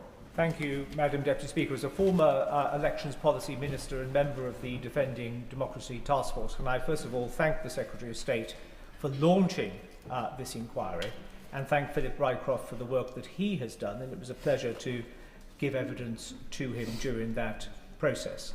Can I welcome the spirit in which the Secretary of State has brought forward with urgency the changes which are so demonstrably required. May I ask him please two direct questions? If amendments to reflect the Rycroft report are not to be tabled at committee stage of the bill, but at report stage, would he ensure through the usual channels that the timing, the length of time devoted to report stage, reflect the fact that the House will be debating for the first time amendments to the legislation which were not included at second reading? It speaks to the process point made by my right honourable friend, the Shadow Secretary of State.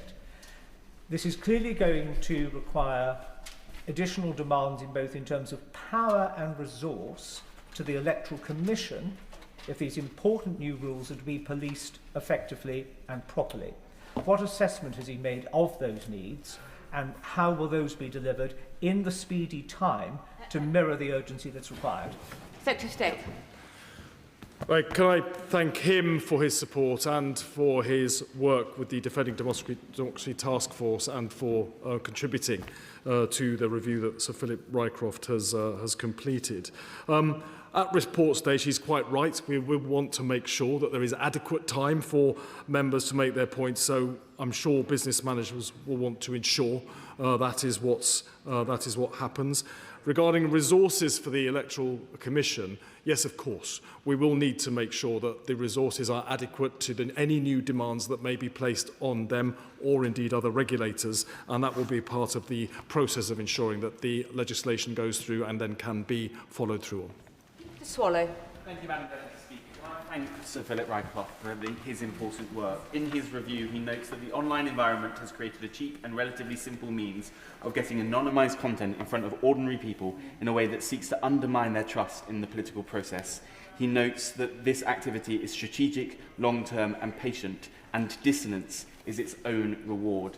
Does the Secretary of State agree with these findings, and what can we do to address the challenge of mis- and disinformation on social media and online spaces? Secretary of State.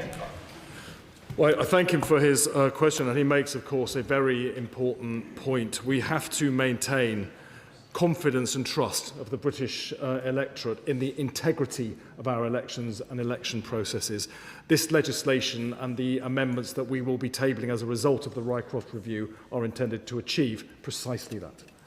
I appreciate that colleagues want to be forensic in their questioning, but shorter questions will be very much appreciated. Dr. Andrew Morrison. Thank you, Madam Deputy Speaker. Mr. Rycroft's wide-ranging review make the non-inclusion of China, or failing that, its constituent entities in the foreign influence registration scheme, look increasingly bizarre.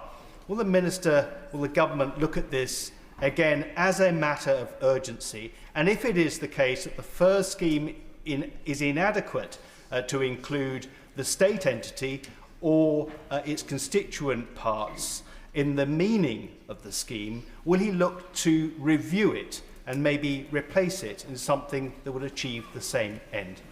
Secretary of State.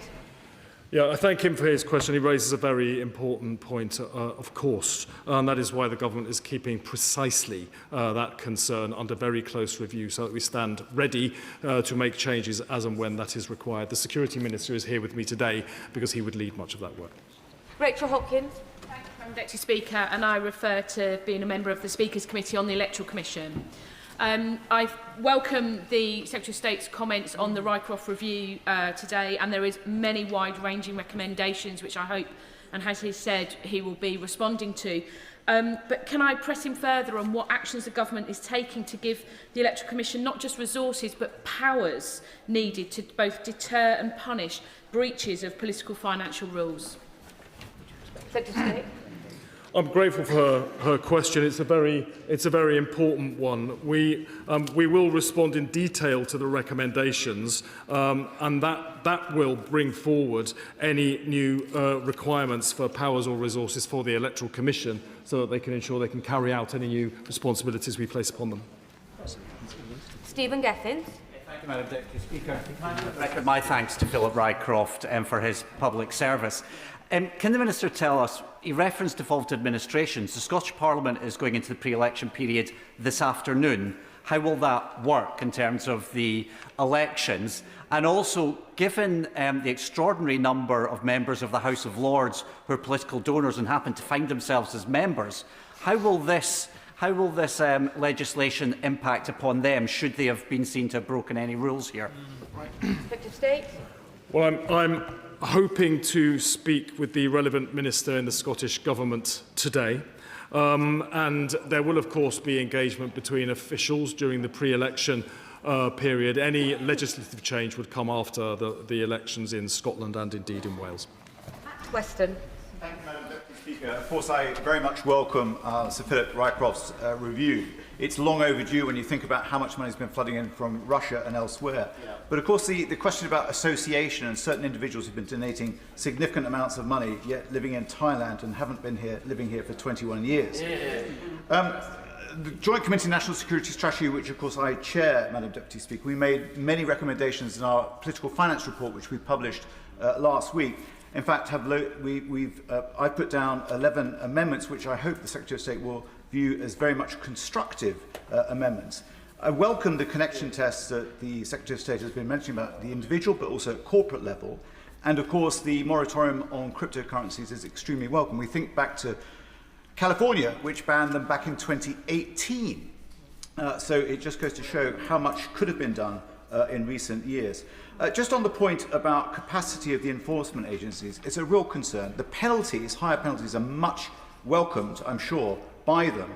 But just to reiterate the point about the Electoral Commission, across the enforcement agencies and the Electoral Commission, there does need to be greater capacity and greater expertise. Secretary of State. Yes, I thank him for his question. I recognise the concerns that he's raising. I've addressed them in comments that I've made to previous members who have previously spoken, and I won't repeat them. Minister Davis. Thank you, Madam Deputy Speaker. I'm grateful for the Secretary of State coming to the House to talk about the importance of integrity in politics. But as Purdah arrives in Sussex, we are seeing a mess in terms of the dithering and delay and, frankly, the blatant disregard from the original process when it comes to the changes in local government in Sussex, affecting my constituents and indeed yours, Madam Deputy Speaker. Decisions apparently taken on a case-by-case basis. But can I point to the Secretary of State that outside today, exactly this kind of political gerrymandering is what people are saying is happening here in Sussex, absolutely what he's seeking to protect. Could he undertake something in the House to my constituents and wider in Sussex, how they should have confidence in this process? Thank you. Yes, the original proposals that we had for Sussex, none were considered financially viable, ultimately. So we are reopening the consultation, and she and indeed her constituents will be able to comment on the new proposals. Roshanara Ali. Thank you, Madam Deputy Speaker. I welcome the Rycroft review and in particular the Secretary of State's commitment to take action on crypto donations, as well as the cap on foreign donations of overseas donors.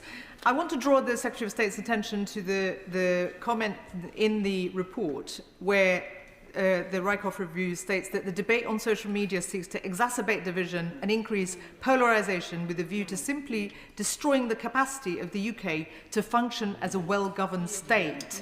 This is chilling. What we need, alongside the other proposals that the Secretary of State is talking about, is action to tackle deepfake and disinformation that is making it more and more dangerous for candidates to operate in our democracy. Will the Secretary of State take action to make sure we empower our regulators, including Ofcom, as well as the Electoral Commission, to ensure that action is taken rapidly, not delay? Secretary of State. Yeah, I thank you for her question. It's very important, and of course many people who care deeply about democracy itself have raised very similar concerns. The review makes proposals around deepfakes and the need for transparency about the origins of any content that appears online. We will provide a detailed response to the recommendations, and she and other members will have the opportunity then to take part in debate and scrutiny about those as we work through the legislation. Bobby Dean. Thank you, Madam Deputy Speaker. Can I thank the Minister for his statement and particularly action he's taking on cryptocurrency? But can I urge him to go further on corporate donations? There was a report earlier this week by Centax that revealed that as many as 1 in 4 donations from corporate entities are essentially opaque.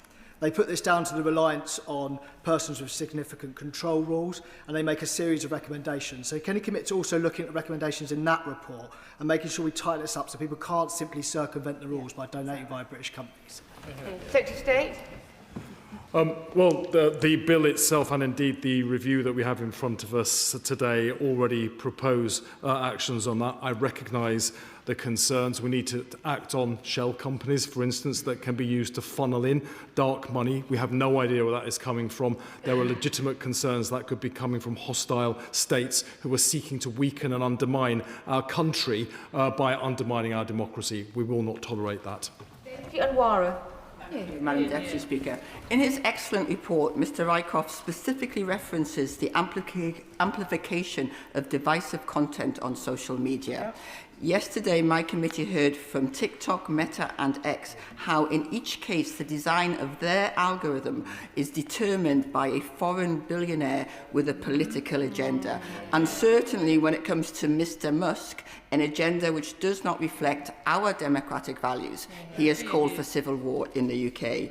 So unlike traditional press, social media algorithms are hidden, inaccessible and and they use personal data to target content, as Rycroft observes. So will the Secretary of State consider whether political bias in algorithms constitutes a donation in kind? And will he work with colleagues to address the algorithmic advertising research and transparency failures, which our committee gave detailed proposals about in its report last July? Secretary of State.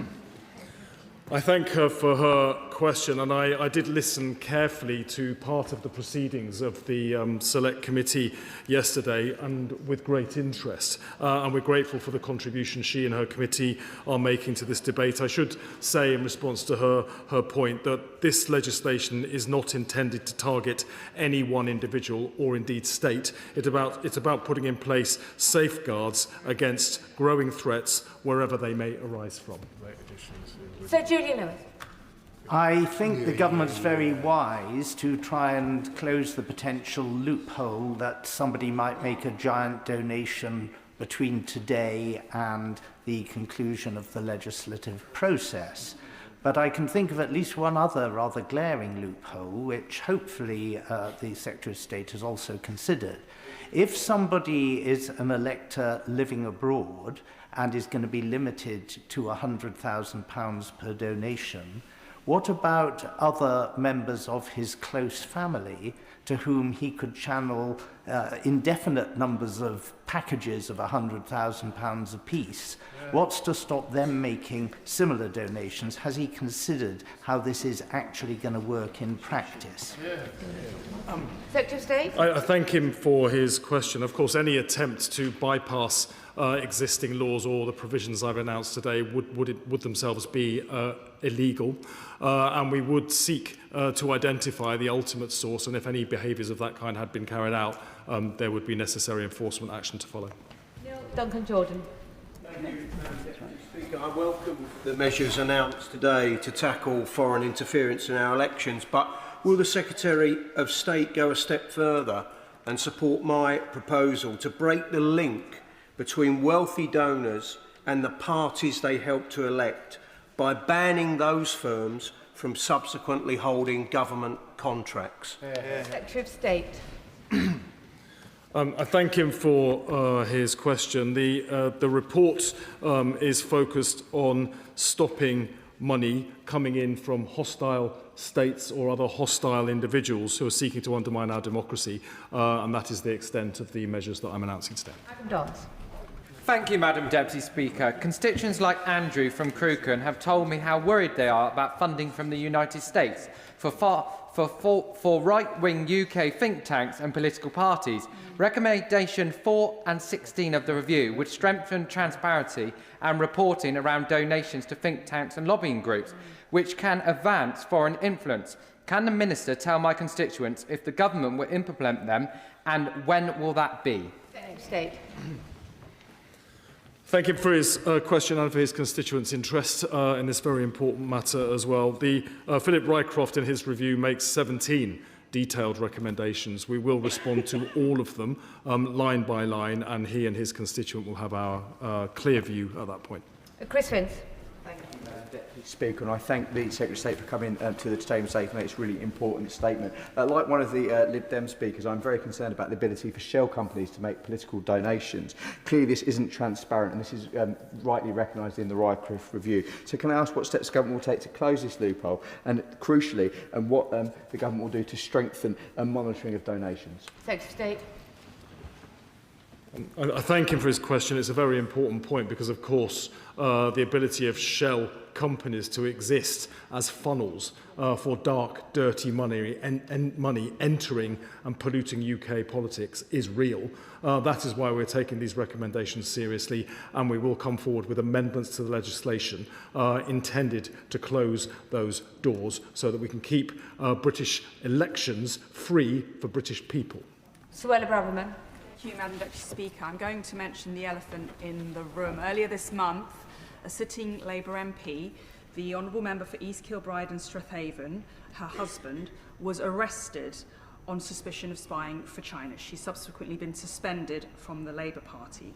It's also been reported that she received a donation from her husband's firm, presumably would be covered by the government's plans. In light of this live case, I don't expect any comment on that live investigation, but also the historic case of Christine Lee, Labour MPs and the Chinese Communist Party, will the government confirm that his measures announced today will apply equally to those members of his own party who find themselves compromised with the Chinese Communist Party? Before the Minister responds, when we mention other colleagues in the chamber, we give them notice. So I see saying that she has done, and we obviously do not mention live cases either. Secretary of State. Thank you, Madam Deputy Speaker. I mean, as a former Home Secretary, she would, of course, know that I can't comment on ongoing investigations. The provisions of the legislation we'll be bringing forward, as indeed with all legislation, is that they apply without fear and favour to members of all parties, as indeed the bribery legislation applied to Nathan Gill, a traitor who was the leader of reform in Wales. John Slinger. Thank you, Madam Deputy Speaker. At the time of the Boston Tea Party, the American colonists demanded no taxation without representation. So does my right honourable friend agree with me that we should instill a principle that there should be no ability to, in a game-changing way, influence representation without taxation? And could he elaborate a little bit more on the principles in his statement?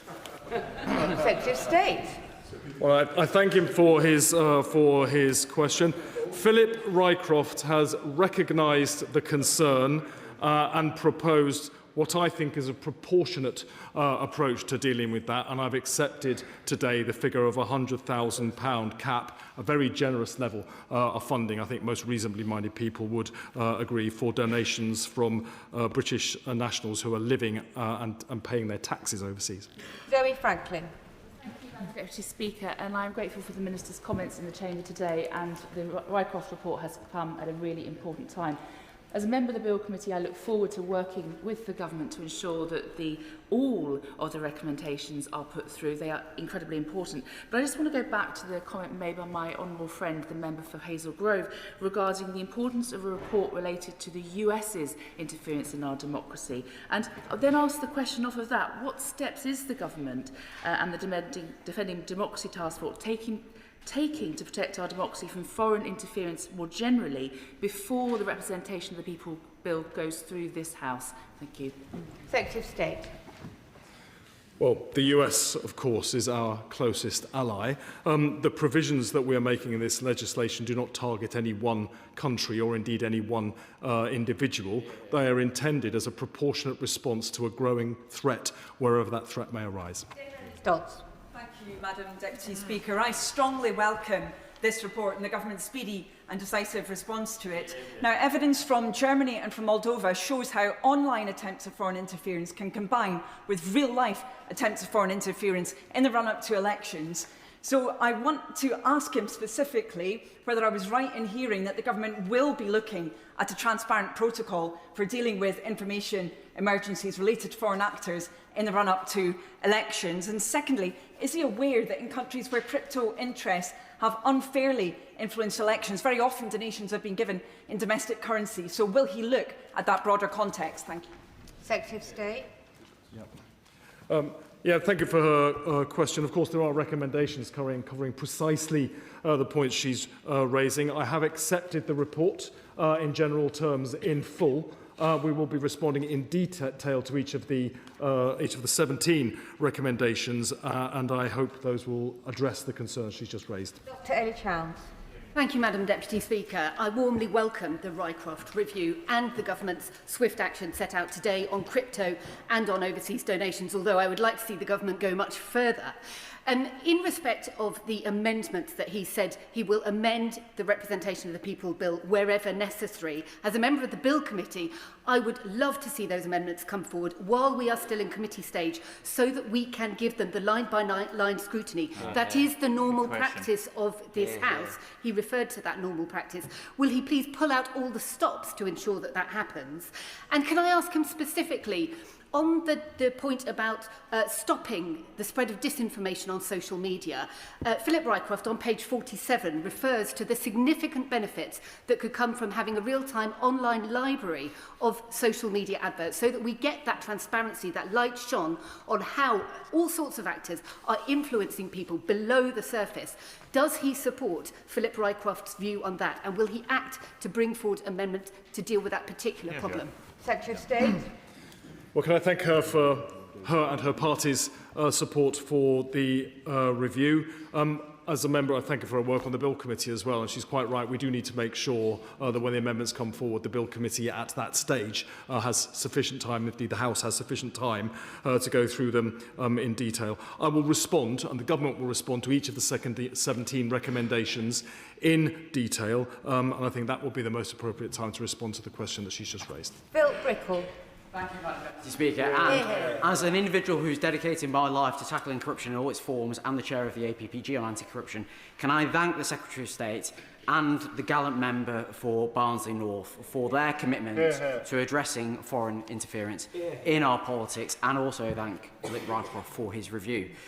May I also thank the immediate measures that the Government has announced today around crypto donations and the size of donations made by British nationals abroad. I think they are very welcome and very much needed. But can I press the Secretary of State on 3 particular questions? Firstly, to what extent can he assure the House that the Electoral Commission is sufficiently supported to be able to monitor and police the perimeter of the new announcements that have been made today? Secondly, can he confirm that, contrary to the remarks from the Shadow Secretary of State, there was ample opportunity for political parties of all stripes to feed into this review? And thirdly, on Know Your Donor checks and the risk factors that are going to be introduced through this bill, there is a recommendation in this report that they are more aligned with the anti-money laundering requirements that have been in place for quite some time, either for banks or other financial services firms. Can he commit to working with other regulators, for instance the Financial Conduct Authority, to understand how those are best implemented working with parties? Secretary of State. Yep. Can I thank him for his personal engagement with this issue, and also for the work of the APPG that he chairs. It's made some very significant contributions, and we're grateful for that. We will, of course, ensure that the Electoral Commission has the resources they require to enforce changes as we're bringing them forwards. On his final point, the Defending Democracy Task Force exists to make sure that there is proper alignment across all the necessary regulators to ensure that we're keeping our democracy in this country free and safe. Freddie Van Thank you, Madam Deputy Speaker. And can I welcome the Secretary of State's reference to the rights of British overseas electors and the cap on donations as a proportionate response. Yet their rights to cast their vote is constantly stymied by late arrivals of the post. While the Secretary of State is considering amendments to Representation of the People's Bill, will he meet with me to consider my amendment that would address this issue and seek to secure the voting rights of overseas citizens? Secretary of State. Yeah, I am aware of that concern, and it's an important concern. I'm happy to make sure he gets an appropriate meeting to discuss it. Joe Powell. Thank you, Madam Deputy Speaker. I really welcome this report. It is game-changing, and I totally agree with the Secretary of State's logic that leaving a window open for dodgy money to flood into this country would have been totally irresponsible. So I welcome the swift action. My specific question is on recommendation 2 around company donations. Now, we've learned from the Premier League's attempt to enforce financial fair play that, unfortunately, revenue can be manipulated very easily. For example, in that case, with sponsorship allowing clubs to buy players that they otherwise wouldn't be able to afford. So I welcome Rycroft's recommendation that we switch it to profit to ensure that only genuine companies who make profit in this country can give donations. And I would ask the Secretary of State, as the Government responds in full to the report, to take a close look at Rycroft's recommendation. Secretary of State. I thank him for his support. I mean, he's quite right. Philip Rycroft was very clear in his reasoning on this point. The objective is to prevent shell companies being set up to funnel dark money into British politics. It's not to prevent British companies who are just going through a difficult year or two from making donations themselves. Gregory Campbell. Thank you, Madam Deputy Speaker, can I welcome the review and the Minister's response, the general thrust of it. I'm looking at those who responded at the back of the review, and I'm glad to see the list of people who did. And we responded on behalf of the unionist community, and it's a good job we did, as no others seem to have done. But on the political donations in Northern Ireland, the Minister will be aware of Sinn Féin being able to funnel money from the United States into the Republic and then into Northern Ireland. This is an issue that we raised, and it's itemised on page 25. It is a concern that many people have. They already get millions of pounds from representation money for not coming here, of taxpayers' money, and in addition to that, they're now getting several millions from the USA via Dublin and into Northern Ireland. Secretary of State. I thank him for his and his party's engagement with the review. I hear his concerns. I think it's important that we continue to engage so that those concerns can be heard and, where appropriate, addressed. Neil Griffith. Speaker, I thank the Secretary of State for his prompt action in banning crypto asset donations and in capping foreign donations. But the Rycroft Review also recommends banning foreign-funded adverts and also recommends that all online adverts should have imprints to show who's paid for them. So can the Secretary of State explain when and how the government will take these recommendations forward? Secretary of State. I thank you for her question. He makes some really important points on that, which of course other members across the House have made previously. As I've said earlier in this session, we will be responding in detail to all of the recommendations, including those covering the points she's just raised. Mike Martin. Thank you, Madam Deputy Speaker, and I'd like to thank Philip Rycroft for his review and Secretary of State for the announcement today. Particularly happy that we have this retrospective idea of applying it from today, because we don't know when the bill is going to come through. Could I encourage the Secretary of State to, both for crypto and for foreign donations, to consider extending that period of retrospectivity back to the previous general election? State. Oh, well, I thank him for his question. I'm not so sure there's that much precedent for going that retrospective. Sobel. Madam Deputy Speaker, I'd like to thank Philip Rycroft for meeting with me as chair of the Fair Elections APPG and including some of my points and evidence in this absolutely excellent review. I'd like to thank the Secretary of State for including a donations cap, an issue I raised with the Minister when we met. My question refers to page 45 of the review, where we talk about international best practices, a point I raised with Philip Rycroft about Viginum in France, which monitors foreign online interference. I think the most pressing issue that we have in UK politics today, not just to identify it, not just to publish it, but to attribute it, to expose it, and in some cases even to get it removed. Are we considering the same modalities, capabilities and powers of this recommendation in the UK? Secretary of State. Well, we will be responding in detail to each of the 17 recommendations, including the one that he's referencing now, but he's absolutely right. We can and we should learn from best practice in other democracies to make our democracy as robust and safe as it possibly can be. Ben Lake. Speaker, can I also welcome Mr Rycroft's work and indeed the announcements that the Secretary of State has made today. I very strongly support the idea of applying the donations cap and also the moratorium on currency donations to the devolved elections. Can I just ask the Secretary of State to clarify, to reassure me that in order for those changes to take effect for these upcoming elections, we won't have to have an LCM through those devolved registers before the election, because as others have mentioned, there is very little time for that to happen. No, to reassure him, the provisions I've announced today apply to the entire United Kingdom with immediate effect. Blake. Thank you, Madam Deputy Speaker. I strongly welcome this review and I thank the Secretary of State for commissioning it. I've heard what he had to say about considering the recommendations in detail. I would like to draw his attention to paragraph 75. There are no reporting requirements for campaign spending outside the regulated periods for either non-party campaigners or candidates. This means that there is no transparency around what is spent or around the donations being used to fund this spending outside of the regulated period. Madam Deputy Speaker, Speaker, we go out of the regulated period again in 6 weeks' time.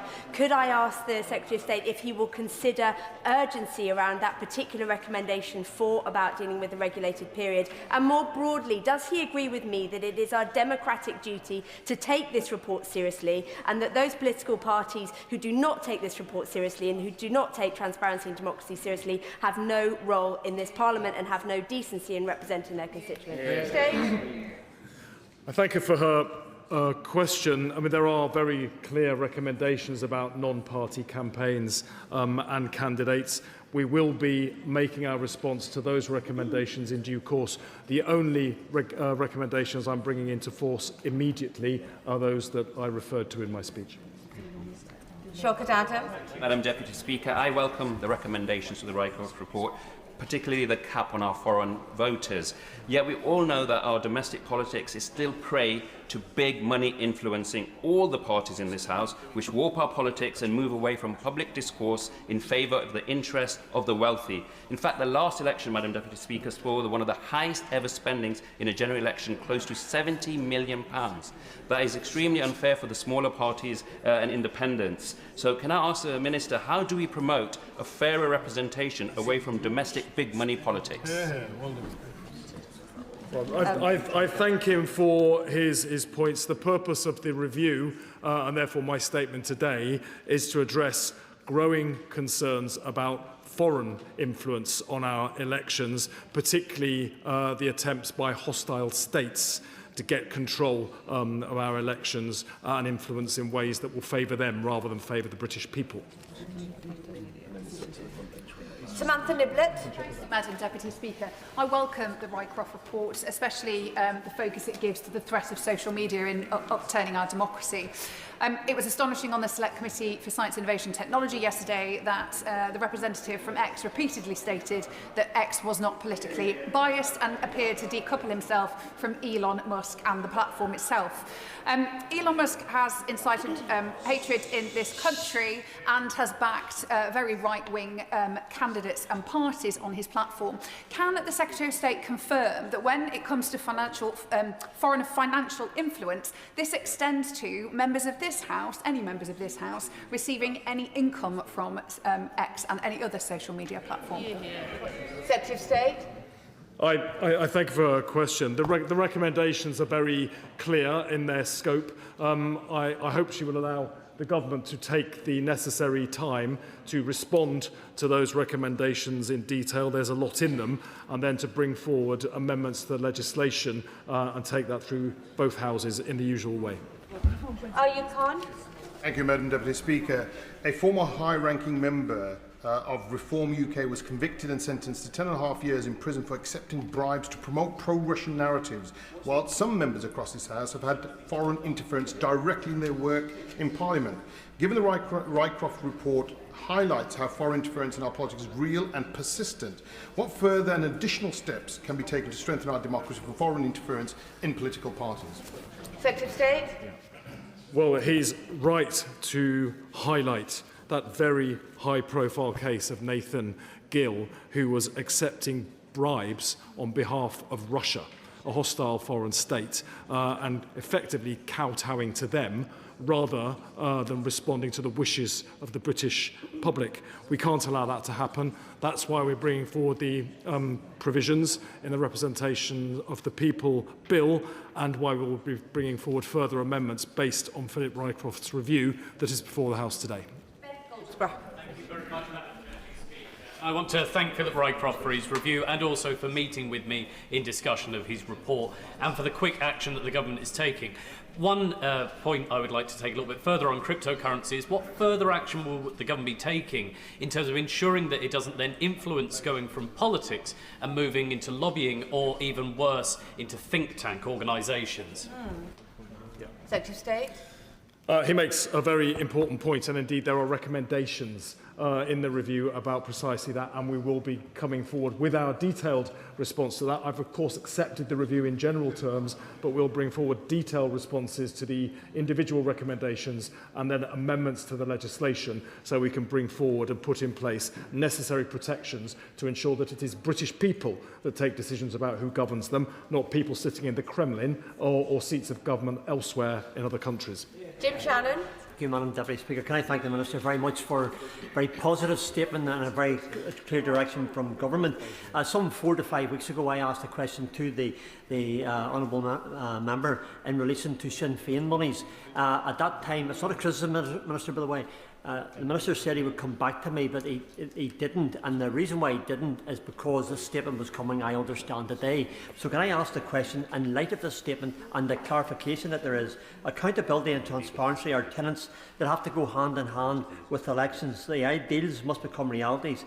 Given that Sinn Féin has historically received millions in US-based donations, maintains a unique cross-border structure, will the Minister ensure that the Rycroft review specifically examines the adequacy of safeguards against political funding originating from the Republic of Ireland and the United States of America to ensure a level playing field for all parties within this United Kingdom of Great Britain and Northern Ireland? Well, I thank him for his question and for his deep interest in this entire matter. Our intention is to ensure that the safeguards that we put in place are robust enough to ensure that no dirty or dark money can enter British politics in any way or from any source. And I'm more than happy always to continue to engage with him about specific concerns he may have. And I am completely disappointed with myself for not wishing the member happy birthday today. That's why his question was allowed to be a little bit longer than usual, hopefully not next time. Chris Hinchcliffe.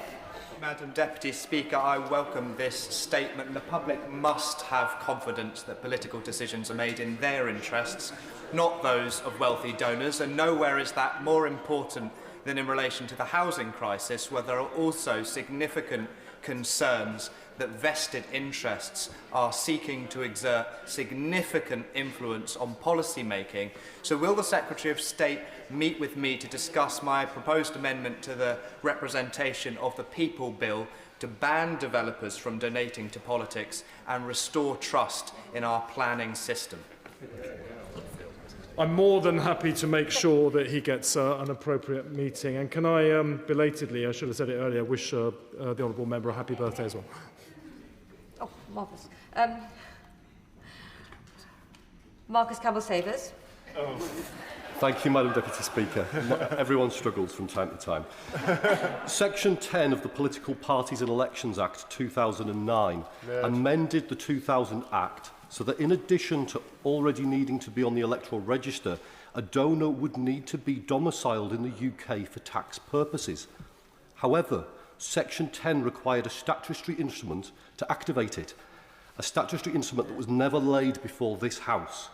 Will the Secretary of State look at belatedly activating this measure, one which ensures that only those that live and pay tax in the UK can influence our democracy with their money? Secretary of State.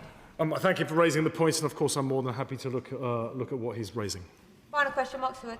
Thank you, Madam Deputy Speaker. The Secretary of State's announcement of a cap on donations from overseas electors and a moratorium on cryptocurrency donations from today is extremely welcome. Now, can I press him a bit more, since it is from today, on what the criminal penalties will actually look like? What will be incurred for breaking these rules? Because after all, we do need an effective deterrent to dissuade those who might seek to circumvent them. Secretary of State.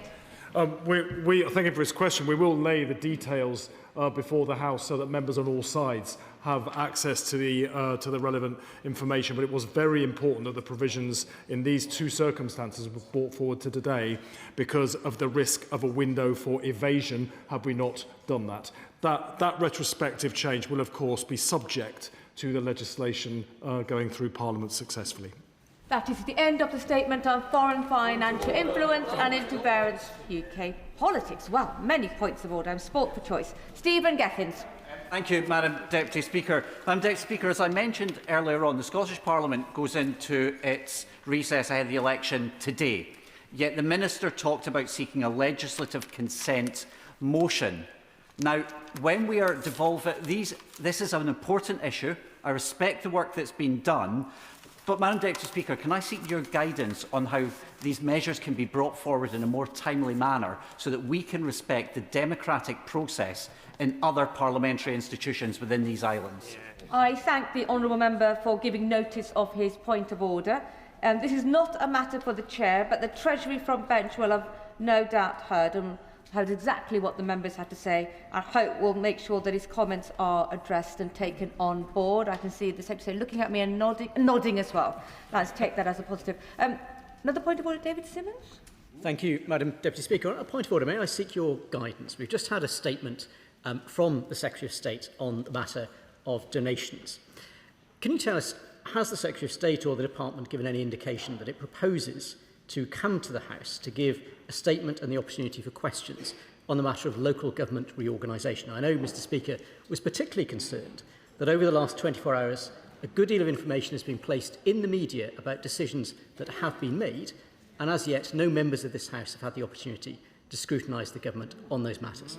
The honourable member has put his point appropriately on the record. I have not been given of any notice of such statements coming forward, but the front bench have no doubt heard the members' concerns, will respond accordingly. There are further points of order. Point of order, Charlie Dewhurst. Thank you, Madam Deputy Speaker. Now, this House passed the humble address so that there is full transparency on Lord Mandelson's appointment as Ambassador to the United States.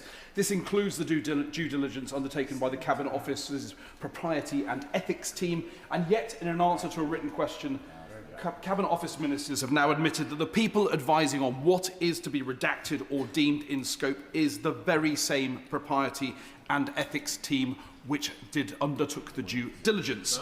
Is this not a massive conflict of interest? And can, Madam Deputy Speaker, what advice can you provide to ministers on mitigating these conflicts of interest and responding to the House, given the advice on such matters would normally be provided by the very same Propriety and Ethics team?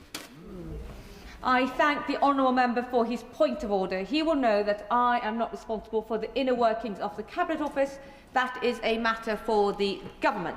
I would, however, say that I know the House awaits with interest further disclosure of material under the humble address. I would gently encourage members to wait and see what is released, and should they require further advice at that time, the clerks will be available. Point of order, Andrew Snowden. Thank you very much, Madam Deputy Speaker. On the 9th of February this year, I submitted a named day written parliamentary question to the Cabinet Office asking if any taxpayer-funded government payment would be made to Morgan McSweeney or Tim Allen, both of whom had just resigned in the wake of the Mandelson scandal. This was due for answer on the 12th of February, but the question was ignored. I tried again to solicit an answer as to whether Morgan McSweeney or Tim Allen would or will receive a payout by asking a further written parliamentary question on the 17th of March, asking specifically when an answer to the original question would be provided. This written parliamentary question was due for answer on Monday, and again the deadline came and went and that question was ignored. Ignoring scrutiny at PMQs is routine for this Prime Minister, but it appears that the broader government are also showing a total contempt for their responsibilities to be open and transparent with members of this House. Can I please seek your advice, Madam Deputy Speaker, on what recourse is available to members whose written parliamentary questions are stonewalled by the government? I thank the honourable member for his point of order. It is of the utmost importance that ministers take their responsibilities to this House seriously. I would always expect timely answers to written parliamentary questions. They should be within scope and within the deadline, obviously. The Treasury front bench will have heard his concerns. The honourable member may also wish to raise this issue with the Procedure Committee, which is currently running an inquiry into written parliamentary questions. Point of order, Ben Obsojecti. Thank you, Madam Speaker. I seek your advice. You and the rest of this House will be aware of the deployment of HMS Dragon to the Eastern Mediterranean in order to deal with the current conflict in Iran. What most people might not know, though, is that HMS Dragon was removed from the standing NATO Maritime Group 1 commitment in order to be retasked to go to the Eastern Mediterranean. I've asked several questions of the Defence team. Most recently, on the 9th of March, the Defence Secretary was asked by myself whether he could guarantee that we will be able to fulfil that NATO commitment and whether it will be a British ship that would deploy on that standing NATO Maritime Group 1 commitments. He assured me that we will fulfil our NATO commitments. However, today it has been reported that the German frigate Saxon will place HMS Dragon on that NATO Maritime Group 1 tasking. I seek your advice in whether we can establish the Defence Secretary coming back to the House to inform us exactly when that decision was taken and whether he inadvertently misled the House. I thank the honourable member for giving notice of his point of order. The contents of members' speeches, including ministerial answers, are a matter for them and not for the chair. However, he has put his point on the record, and I'm sure that the Defence Secretary will now, no doubt, will have heard this point of order and will be quick to correct the record if necessary. If that is the end of points of order, I now go on to presentation of bills. Presentation of Bill Daisy Cooper.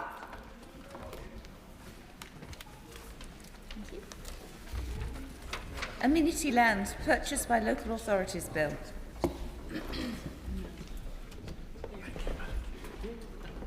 Second reading what day? Friday the 29th of May. Friday the 29th of May. Presentation of Bill Daisy Cooper. Thank you. General Medical Council Fitness to Practice Rules Amendment Bill. Second reading what day? Friday the 29th of May. Friday the 29th of May. Presentation of Bill Andrew George.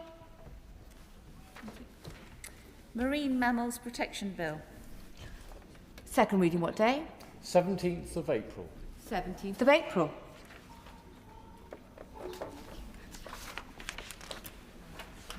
Programme motion to be moved formally. I beg to move. The question is as on the order papers. Many that opinion say aye. Aye. Many that opinion say aye. Aye. Of the contrary, no. The ayes have it. The ayes have it. The clerk will now proceed to read the orders of the day. Victims and Courts Bill. Consideration of Lord's amendments.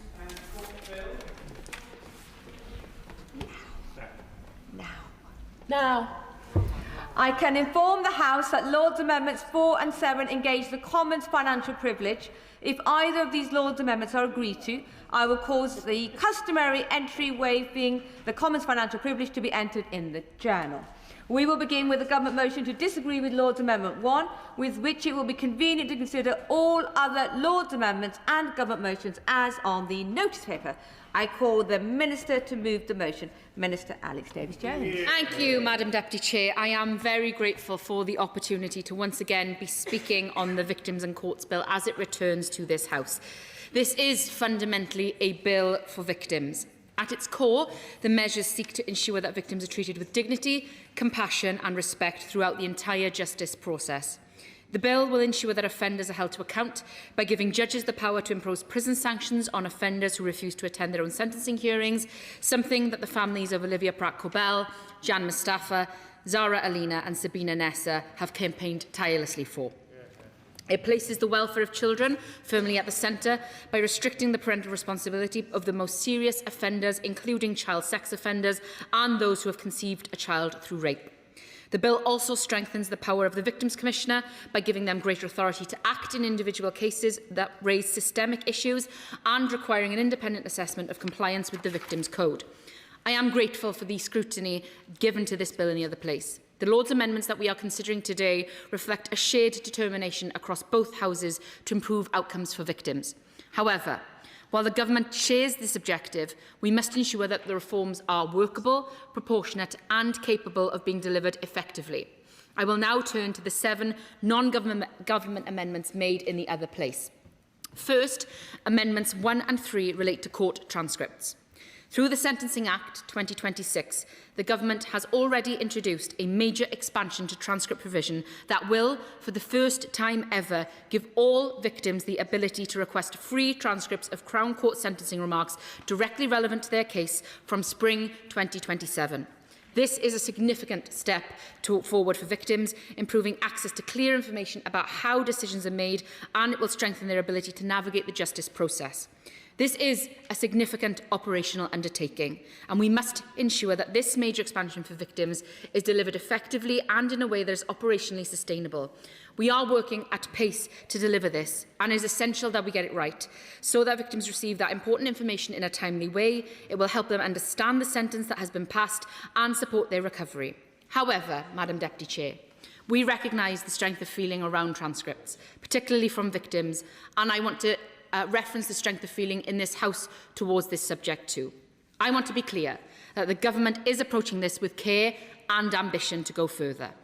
Access to what was said in court matters deeply for victims' understanding, confidence and their sense of justice, and the steps that we are taking to expand free provision of sentencing remarks represents a real progress. I will happily give way to my honourable friend. Thank you. I welcome this bill, and I really welcome this Government's laser focus on supporting victims and survivors. It's something that's been lacking in our court system for a very long time. I hear what she's saying about court transcripts. It is incredibly important for the victims and survivors I know to have a physical copy of sentencing remarks so that they can process it in their own time. So I'm confused why she's not accepting Amendments 1 and 3 at this point. No, I welcome that comment, and I agree with her. From the countless, sadly, victims and survivors that I've spoken to, they discuss the need to have that in writing, how valuable the court transcript could be to helping them recover and process. And I want to commit at the dispatch box that the Government shares that ambition to go further and to provide transcripts. What we need to do is do it in a workable, sustainable and effective way so that no victim is let down by a process that is not ready or capable of meeting the challenge that this presents us as a Government. But we are willing to go further, and we will be looking to see what more we can do in the Lords. Thank you. Josh Fenton-Glynn. I thank the Minister for going further in kind of moves to make these transcripts available. Could you let us know what the next steps in that process are going to be, and how quickly we are going to see a real movement to allow people to have access to their sentencing remarks? I welcome that question from my honourable friend, and he's right. We need to have that incremental process towards this shared ambition to going further on court transcripts, which is why I am clear that this is not the end point, but it is part of that broader effort to improve access, transparency and support for victims. I've been working with my honourable friend, the member for Warrington North, who is a tireless campaigner on this, as are many other campaign groups such as Open Justice, and I want to pay tribute for them for all of their work that they have done on getting the sentencing transcripts free for everyone in the Crown Court. We want to go further. In conversation with others in this place and outside of this place, and with victims' experience at the heart of this, I think it's important we consult them on what would be most beneficial as a next step, particularly in cases that, for example, end in an acquittal, and how those could be potentially looked at next in terms of court transcripts. Yeah, happily to give way. I'm grateful to the Minister for giving way.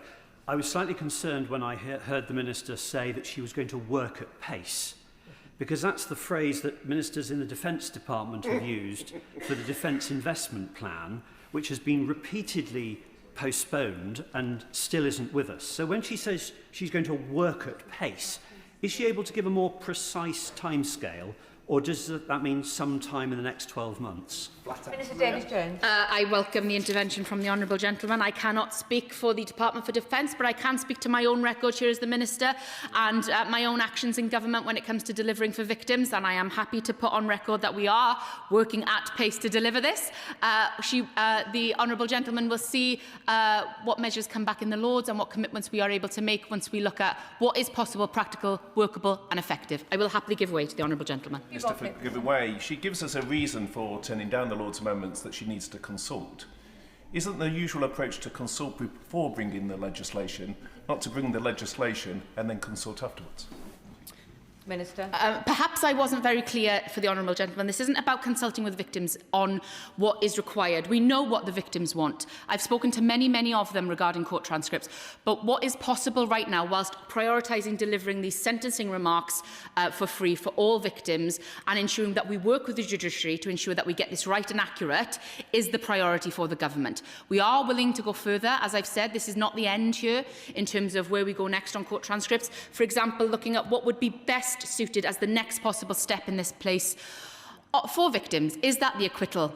Is that the best possible focus of this work right now? We need to get that right before we go further, and I will happily come back to this House with the Courts Minister on the next steps. But if I could turn to the Lord's Amendment, Amendment number 1, which would create that new entitlement for all victims of crime to receive free of charge and within 14 days, let us not forget, that is what is in the amendment here, of a request, transcripts of routes to verdict and of bail conditions and decisions relevant to their case.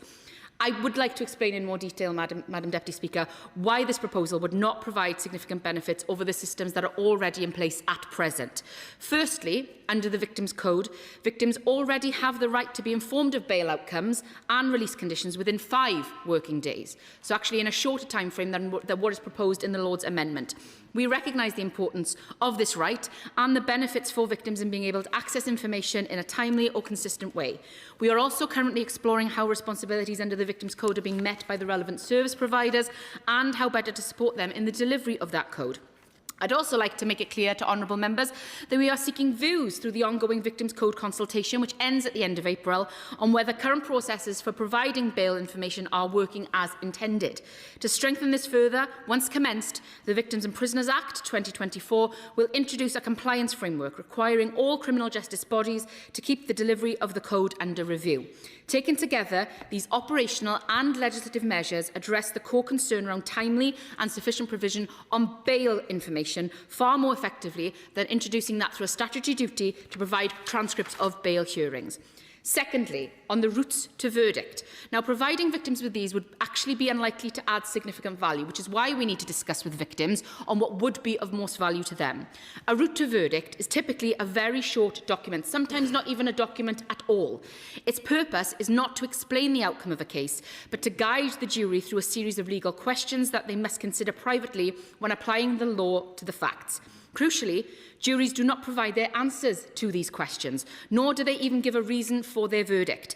Victims would therefore only see the questions the jury was asked, not how they were answered, and they would gain no additional insight into the outcome of that decision. Turning now to Lord's Amendment 3, Madam Deputy Speaker, this would require the Crown Court to publish sentencing remark transcripts online, in public, within 14 days of requests being made, and inform relevant victims of their right to request anonymity before that publication. Now, whilst the Government is fully committed to strengthening transparency here, and I want to make that commitment, this amendment actually would create significant operational and financial pressures on victims as well at a very difficult time. Public release demands a higher standard of anonymisation to remove both direct and indirect identifiers of victims and witnesses. This is very detailed, skilled work.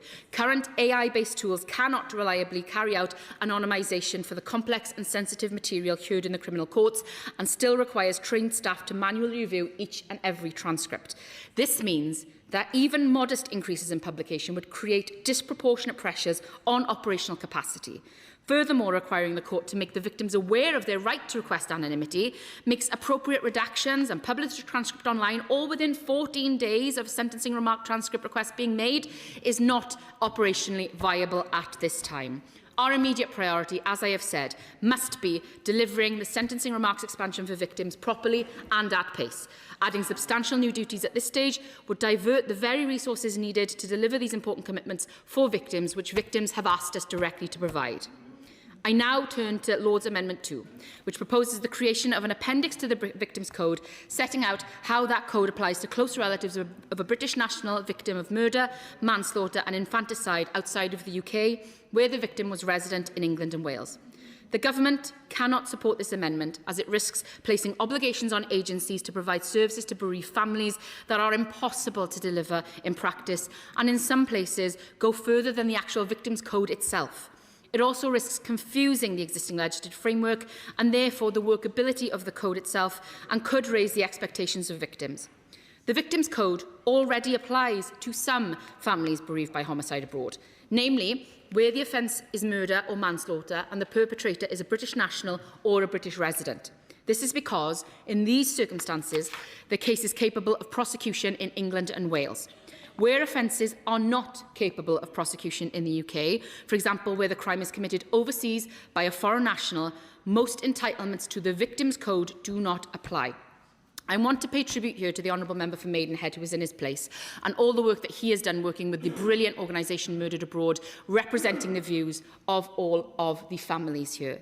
Whilst I appreciate that the code does not capture the whole of the cohort covered by the amendment, I want to give him and the House my absolute assurance that the Government recognises the particular challenges faced by all families bereaved by homicide abroad, including those having to navigate a very complicated, complex, often in different languages, overseas criminal justice processes. And we are committed to working with agencies to improve the support available to them in England and Wales. I will give way.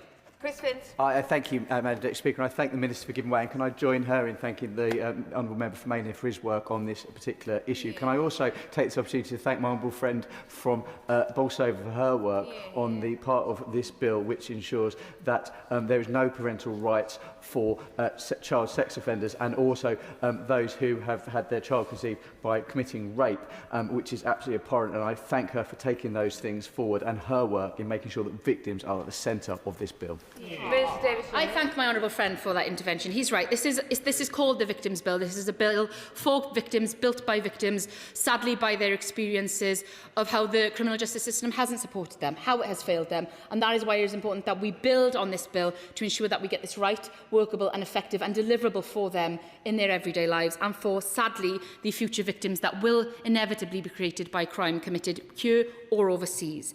Now, I want to go back to the victims of homicide abroad and confirm to the House that in January of this year, the Government published guidance which does bring together clear and accessible information for families about the services that can support them.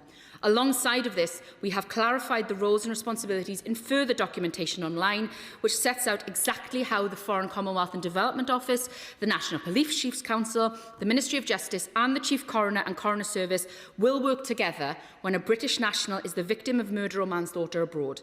Whilst every single case is considered on its individual circumstances, this document will seek to ensure a consistent level of service for bereaved families. Throughout the debates on this topic, we have listened carefully to the concerns raised, and we are committed to addressing them. To improve the consistency of support offered from consular services, the FCDO has committed to review and refresh its training provision for all consular staff. We need to improve access to translated documents, and the Ministry of Justice will review how translation is provided in the course of delivering the new homicide service contract in 2027. Finally, to ensure that there is an independent view of the approach by agencies which support this cohort, the FCDO's senior official for global consular services will meet the Victims Commissioner herself or a representative when particular issues arise that merit further discussion. And for this, I wish to thank the Victims Commissioner and the previous Victims Commissioner for continuing to engage with the FCDO and other agencies to advocate for families on their behalf. While we remain committed to strengthening support for families bereaved by homicide abroad, this amendment, sadly, confuses the purpose of the code in terms of its intended application to crimes capable of prosecution in England and Wales. It also risks creating obligations on agencies that are impossible to deliver, given that many of these cases will be handled overseas and therefore fall entirely outside of the agencies within the code's control.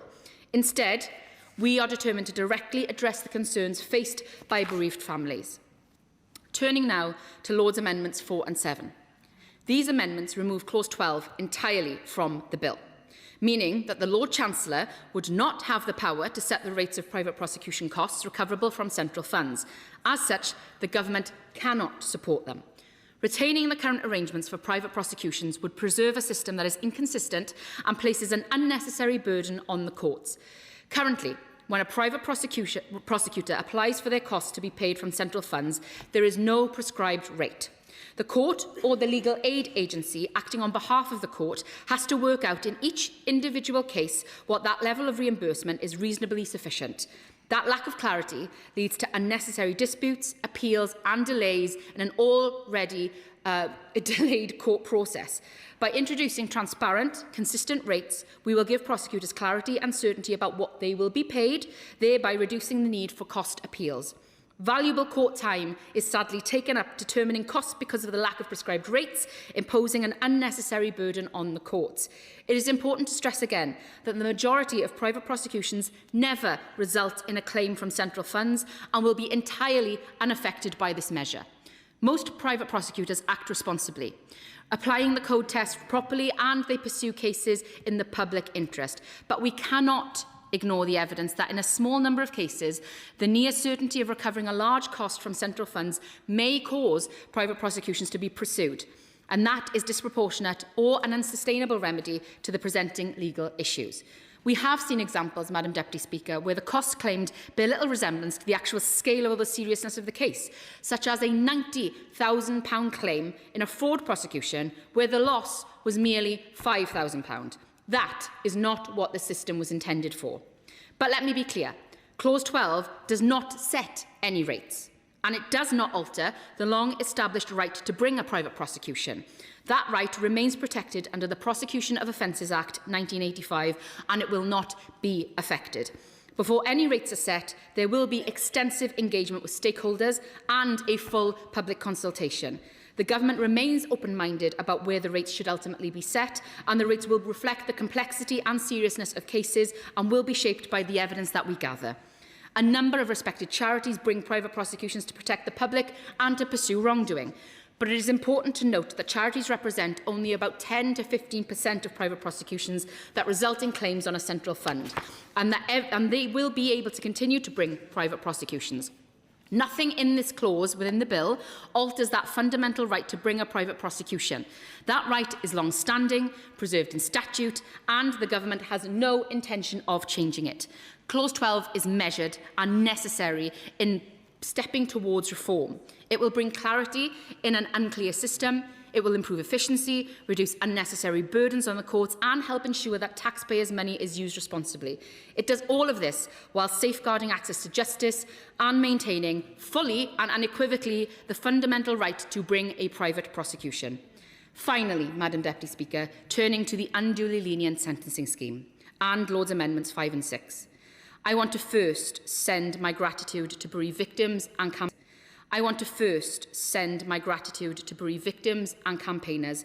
Particularly Katie Brett and Tracy Hansen, who have so tirelessly raised these issues with the ULS scheme with great commitment on behalf of victims. I also want to thank the Victims Commissioner for her support on behalf of victims everywhere in raising this consistently. I also want to thank all honourable members in this place who have drawn the Government's attention to the problems in the unduly lenient sentencing scheme. We have heard you. This is a government that listens to victims. We are committed to making these changes that will address the issues that have been raised. The rights of victims to make a request under the unduly lenient sentencing scheme is not a right unless they are told about it. On that is something we can all agree. The Government accepts fully the intention behind these amendments. I have heard personally powerful first-hand testimony as to how important these changes will be for victims coming into contact with the ULS scheme. However, the Government cannot accept these amendments today as drafted for legal and operational reasons. The drafting of Amendment 5 identifies circumstances which are not in fact exceptional for current law and provides no long-stop date. This would create uncertainty for victims, offenders and the courts, and it would risk a large number of very late and unmeritorious requests to the Attorney-General's office. Amendment 6 would duplicate duties that are already set out in the Victims' Code, creating a parallel statutory duty on an unspecified government department, which risks confusion and also risks where the responsibility actually lies and would cut across existing operational practice. We instead, and I make this commitment today, working closely and directly with the victims and bereaved and with operational partners and other government departments to develop a practical and workable legislative change that will address the issues that we have heard around notification and applying to the scheme out of time. We already have the commitment from the Attorney-General's Office, the CPS, the Home Office and the National Police Chiefs Council to work with us to further improve awareness of the ULS scheme. They have all urgently assessed what actions can be taken in their respected areas. The plan is to deliver positive change in 3 clear areas of reform, and we will be bringing in legislative changes to this effect. First, we are strengthening guidance and frontline practice. The CPS is considering updates to its guidance to encourage advocates and CPS staff to draw victims' attention to the scheme when they are present at sentencing hearings. The Police and Home Office have committed to exploring, reviewing and updating the letters that are sent by the witness care units, to which the Victims Commissioner has offered her direct support in ensuring that information is communicated in a trauma-informed way. Both the CPS and the police also plan to enhance operational guidance so that frontline staff fully understand the process and the importance of that 28-day window, including what victims must be referred to in a timely fashion by the CPS, by witness care units, if they cannot answer questions on the scheme. Second, we want to raise awareness across the system.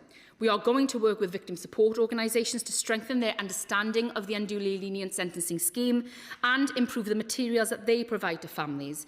We will also consider how to enhance the visibility and usability of the scheme on gov.uk, making it easier to find and easier to navigate. We will also consider how to build a ULS scheme messaging into any future waves of wider Victims Code awareness campaigns, including material that is used directly by the witness care units. Third, we will consider how to embed these improvements throughout the statutory Victims Code and the forthcoming duty on agencies to promote awareness of the Victims Code. We are currently consulting on a new Victims Code to make sure that we get the foundations for victims right. I encourage all honourable members to respond to that consultation to represent the views of victims that they are hearing from in their own constituencies. We will continue to test if we are getting this right, as any change to the scheme must be right for victims first and foremost. I will happily give way. The Minister will forgive me if I describe what she has announced as a whole load of waffle. Yeah. The problem is that the 28-day period is too short. And therefore she should consider some mechanism to allow that to be extended. And providing for training and providing for notices and providing for stuff on websites is not going to help many victims who just need more time to consider their legal position. So at this late stage, would she consider extending that 28-day period? I'm afraid the honourable member couldn't have heard what I said in my remarks before the non-legislative changes. The government is committed to bringing forward legislative changes on that time limit, on looking at out-of-time applications by families, because the government has listened to the families directly about what they wanted. We could have brought forward an amendment that simply extended the time limit. However, the families directly told us that was not what they wanted. I listened to victims, the government listened to victims, and we will do as the victims ask in the Victims' Bill. We will continue to test on getting this right, because it's important that we get this right first time. We are confident that we will soon be able to update this House on a workable legislative solution. And for those reasons, the Government cannot accept Lord's Amendments 5 and 6. Thank you, Madam Deputy Speaker. The question is that this House disagrees with the Lords in their Amendment 1, and I call the Shadow Justice Secretary Nick Timothy. Thank you, Madam Deputy Speaker. In a week when the Government has been reprimanded for letting foreign criminals out of prison without proper checks or safeguards, has been found to have watched a firm due to build thousands of prison places go bust 18 months ago and do absolutely nothing, and ended short-term sentences, allowing criminals like prolific shoplifters to escape prison, it is beyond disappointing that today it seeks to overturn perfectly sensible amendments made in the House of Lords. Amendments to make the criminal justice system more transparent and giving victims stronger rights to challenge unduly lenient sentences. So we have to ask, why is this government so afraid of the public? Why do ministers not trust the people? Why do they want to keep injustice, from the rape gangs to the serious criminals, getting away with a few brief years in prison out of the spotlight? They sigh and they moan when I raise the rape gangs. This is exactly the mentality the country is sick of and lay behind the failure to prosecute those cases. Madam Deputy Speaker, we support Lord's Amendment 2 on expanding the Victims' Code for murder, manslaughter and infanticide abroad. We support Lord's Amendment 4 to remove Clause 12 from the bill because it will deliver few savings while undermining access to justice. And we support Amendments 5 and 6, which strengthen the unduly lenient sentence scheme. Amendment 5 introduces an exceptional circumstances clause that allows the deadline to be extended beyond 28 days. And Amendment 6 requires the Justice Secretary to ensure victims and their families are aware of their rights under the scheme. These are welcome suggestions, And I want to pay tribute to Katie Brett and the rest of Justice for Victims and to Tracy Hanson for their campaigning on this front. They've been consistent in making clear that they want meaningful change and not half measures. Just last week, I wrote to the Attorney General about the case of Mohammed Abdul Razik, who dragged a 5-year-old girl off the street so he could sexually assault her. He was sentenced to only 11 years in prison, and in all probability, he will be out in just 7. Monsters like him need to be kept away from children.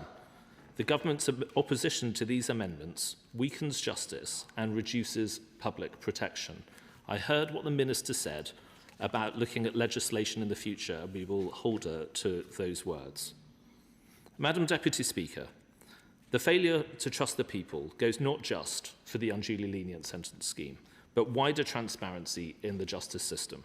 And it's to this that I want to direct the rest of my remarks. Because on this side of the House, we do trust the people.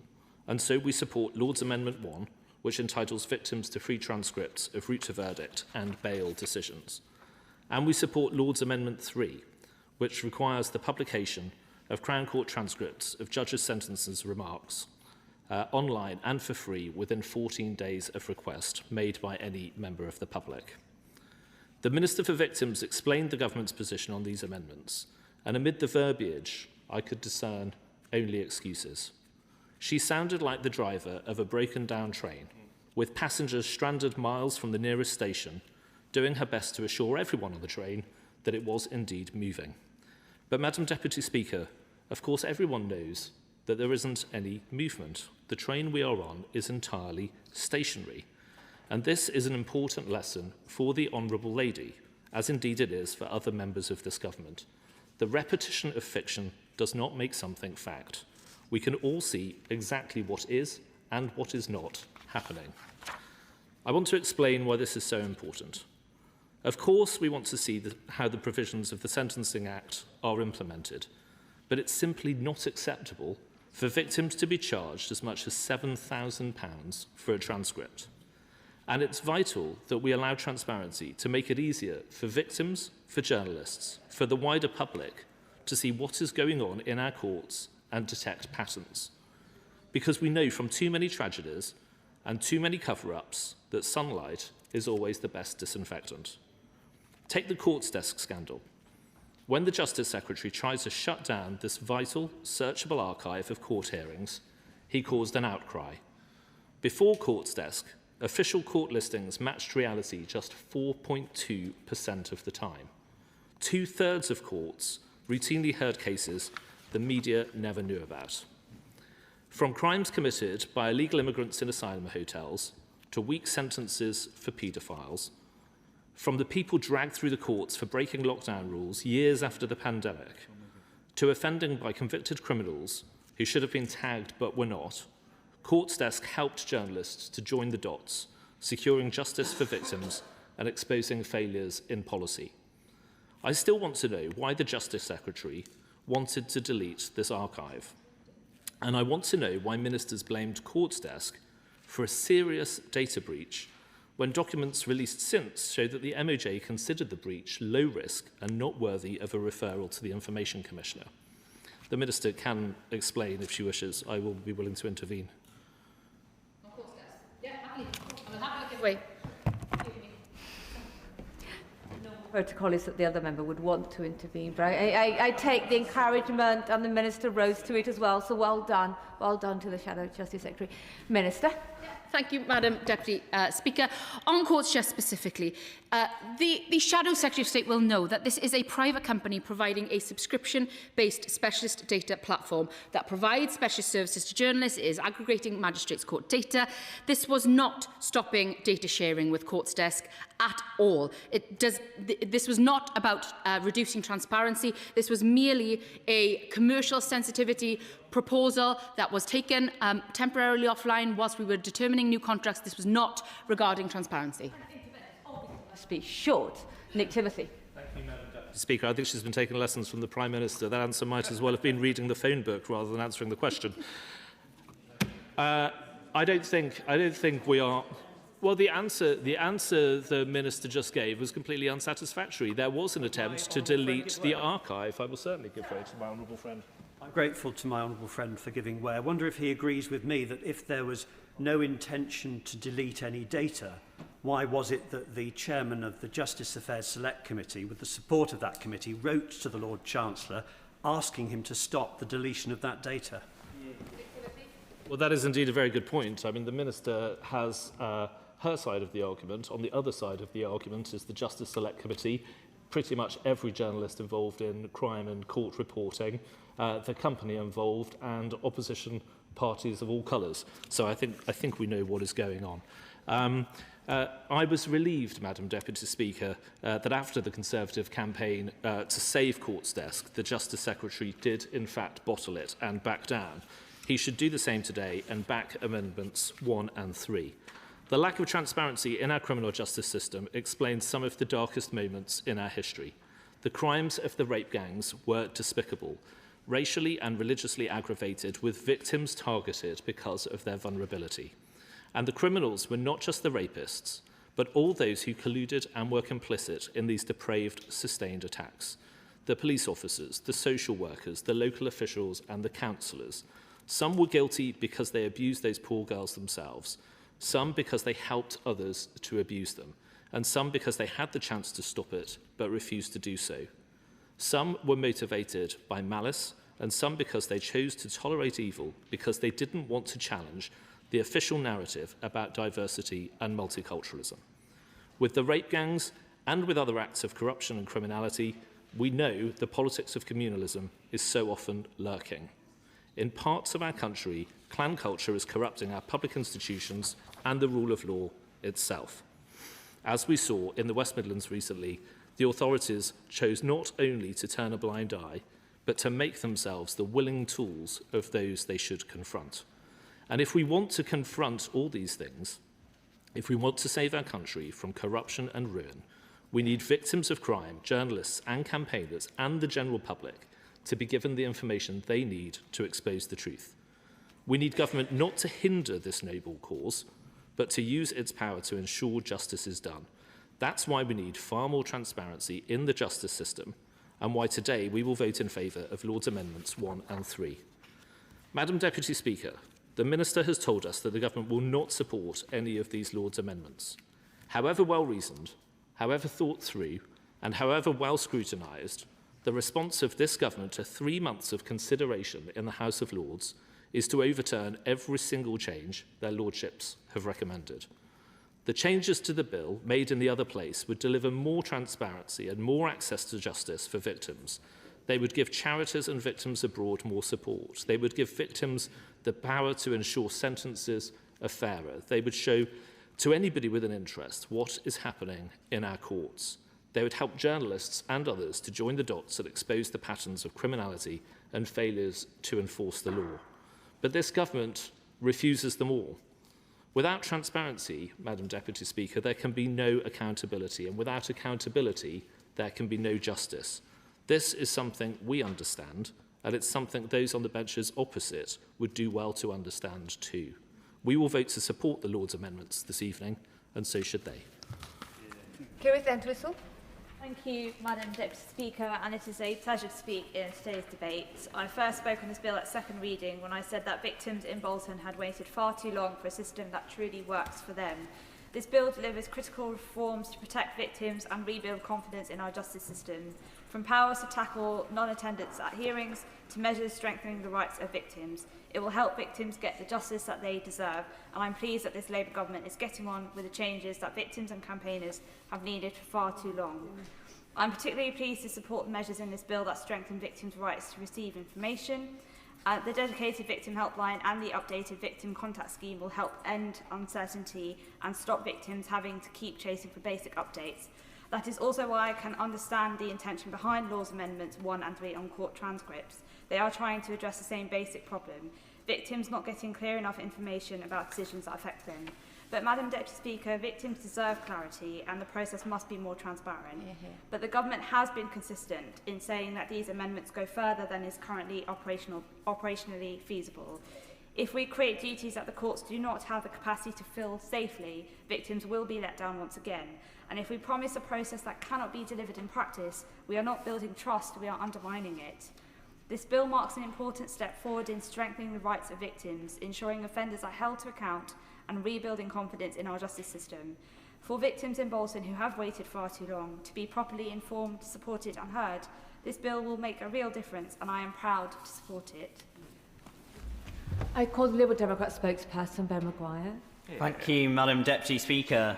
This bill returns to us from the other place where Liberal Democrat colleagues have championed a number of crucial amendments which come before us today, concerning changes to the unduly lenient sentencing scheme, the Victims Code, access to free court transcripts and more.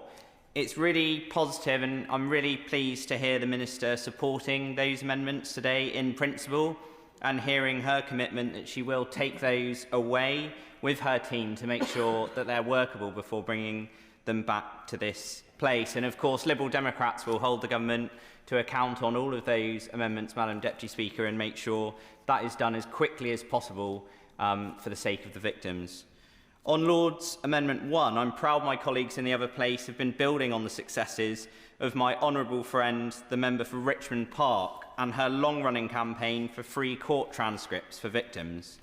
This amendment would give victims a right to receive court transcripts of the route to verdict and bail decisions relating to their particular case, free of charge.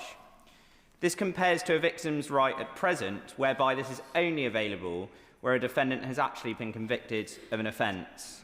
Liberal Democrats will be voting for this amendment today to build on this Act and make further much-needed progress by extending the current scheme. I would urge all colleagues from across the House to join us in doing so. Regarding Lord's Amendments 5 and 7, we Liberal Democrats, led by Baroness Brinton in the other place, have sought to clarify and amend the unduly lenient sentencing scheme. This scheme ensures that victims who feel a sentence to an offender is unduly lenient can appeal to the court. However, in practice, many victims are completely unaware that this mechanism even exists, often being told after their short 28-day appeal window has closed. And some of these cases involve families of victims who have faced some of the most horrific crimes, including brutal murder cases, with harrowing details about what has happened to them or members of their family laid out before them in court in full for the first time. Understandably, this can put them through severe emotional strain, trauma, and have other distressing effects. And for many, the last thing on their mind would be on procedures like appeals. Once they reach a stage where they've processed their grief, the short 28-day window has sometimes already passed, if they were even aware that they could appeal at all.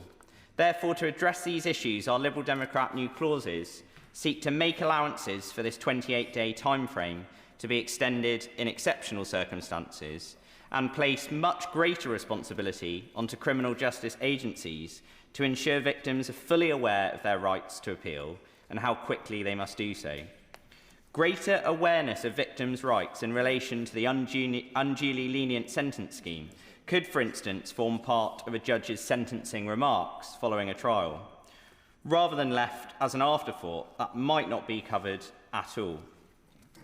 Moving on to Lord's Amendment 2 relating to changes to the Victims Code, which would require the Secretary of State to outline how the rights in the Victims Code applies to the families of those killed as a result of murder, manslaughter or infanticide outside of the UK. This amendment follows the outstanding work of my honourable friend, the member for Maidenhead, who pushed for these changes at an earlier stage of this bill. While I understand it would be unreasonable for us to mandate other countries to enforce the UK's Victims Code, what we are seeking is to afford the families of these victims the same rights and treat them as victims under the Code. I'm therefore very pleased that our colleagues in the other place have given this sensible and much-needed amendment a chance here once again. I'd urge all colleagues to vote for all of these excellent amendments. They are incredibly important to the victims and their families. I hope the Minister will come back to the House to confirm precisely when these can be brought forward by the government in workable legislation. And for the record, I would like to commend the work of our colleagues, both in this House and the other place, Madam Deputy Speaker, on these issues that are so vital to victims' rights and our justice system as a whole. Thank you, Madam Deputy Speaker. The Victim and Courts Bill is part of this government's wider reforms of our justice system that will, in the round, better protect victims and improve their access to justice as well as that of defendants. So I really welcome its measures to improve communications with victims, to reform non-disclosure agreements, to ensure that defendants appear at sentence hearings and to restrict the parental rights of child sex offenders. Today, I want to focus my remarks on proposed amendments to the financing of private prosecutions, Amendments 4 and 7. The bill amends the 1985 Prosecution of Offenders Act to provide a new power for the Lord Chancellor to prescribe the rates at which prosecutors acting in private prosecutions can recover expenses properly incurred by them from central funds. Now, this proposal draws on a related recommendation of the Justice Committee on which I serve. The rates themselves would not be set by the Lord Chancellor, but instead will be consulted upon and implemented through secondary legislation. So it's very important that the government, through the Lord Chancellor, has the power to control the rates that can be claimed and paid. The Lord's Amendment seeks to leave out Clause 12, which therefore seeks to prevent that power from being accorded to the Lord Chancellor. Now, in my view, the Lord Chancellor needs that power. Ours is a public justice system, after all, albeit one which has long accommodated private prosecutions. The current arrangements contribute to iniquity in our justice system, something that this bill seeks to address more broadly. In recent decades, we've seen some landmark private prosecutions. The case brought by the parents of Stephen Lawrence. The case is brought by the RSPCA and other charities. The case is brought by the Cyclists Defence Fund and others. So, Madam Deputy Speaker, although we might argue that in a properly functioning justice system we would no longer need private prosecutions, we clearly do need them, and if we do still need them, we need to be able to exert proper control over the resources expended on them. Thank you. Barclay. Thank you, Madam Deputy Speaker. I think it'd be easy for anyone watching proceedings today, with the Chamber not having many members here, with talk of Lord amendments, for people to perhaps think this is just some technical issue, some minor point of debate. But actually the votes today really do matter. They matter to victims who currently are being charged often thousands of pounds for the transcripts of court hearings in which they are involved. It matters to our legal system in terms of how open it is, what transparency there is. And we also know it matters to the public. Over 200,000 people signed a public petition on this very issue that was debated in Westminster Hall just this week, on Monday. So actually, whilst people might refer to the issue of Lord amendments, this actually is an important set of votes. And I just very gently say to the Minister, it did sound a bit like listening to an episode of Yes Minister, where her remarks were, I fully support giving victims more rights, and that is why today I'm going to vote against every one of the amendments to do so. And I, just as she was speaking, was writing down some of her phrases. So she said that this is legislation for victims, as if the amendments in the Lords aren't to empower victims when they clearly are. She said, and I quote, that she wants to go further. Well, it's no wonder her own colleague, the member for Rotherham, says she was confused. She wasn't the only one confused by someone who says, I want to go further by voting against the amendments which enable us to go further. And she justifies that inconsistency by saying she needs to consult more. She needs to consult the judiciary, as if the government's been ambushed by its own legislation. They control the timing of this legislation. They brought this legislation to the House. And then they say, oh, actually, the timing's not right. We need more time to consult. Well, it's they themselves that are legislating and have controlled the timing. If they needed to consult, they could have done that in a timely fashion. And then she said that she accepted the challenge that 14 days gives pressure in terms of the interplay with the unduly lenient sentences, where there's a 28-day time window. So again, just to explain that in lay terms, if people want to appeal a sentence which they feel is unduly lenient, they have to do that within 28 days. But if they can't get access to the transcript in a timely fashion, their ability to do that is severely constrained. And yet this is legislation the government controls. It's controlled the timing of when it's been introduced.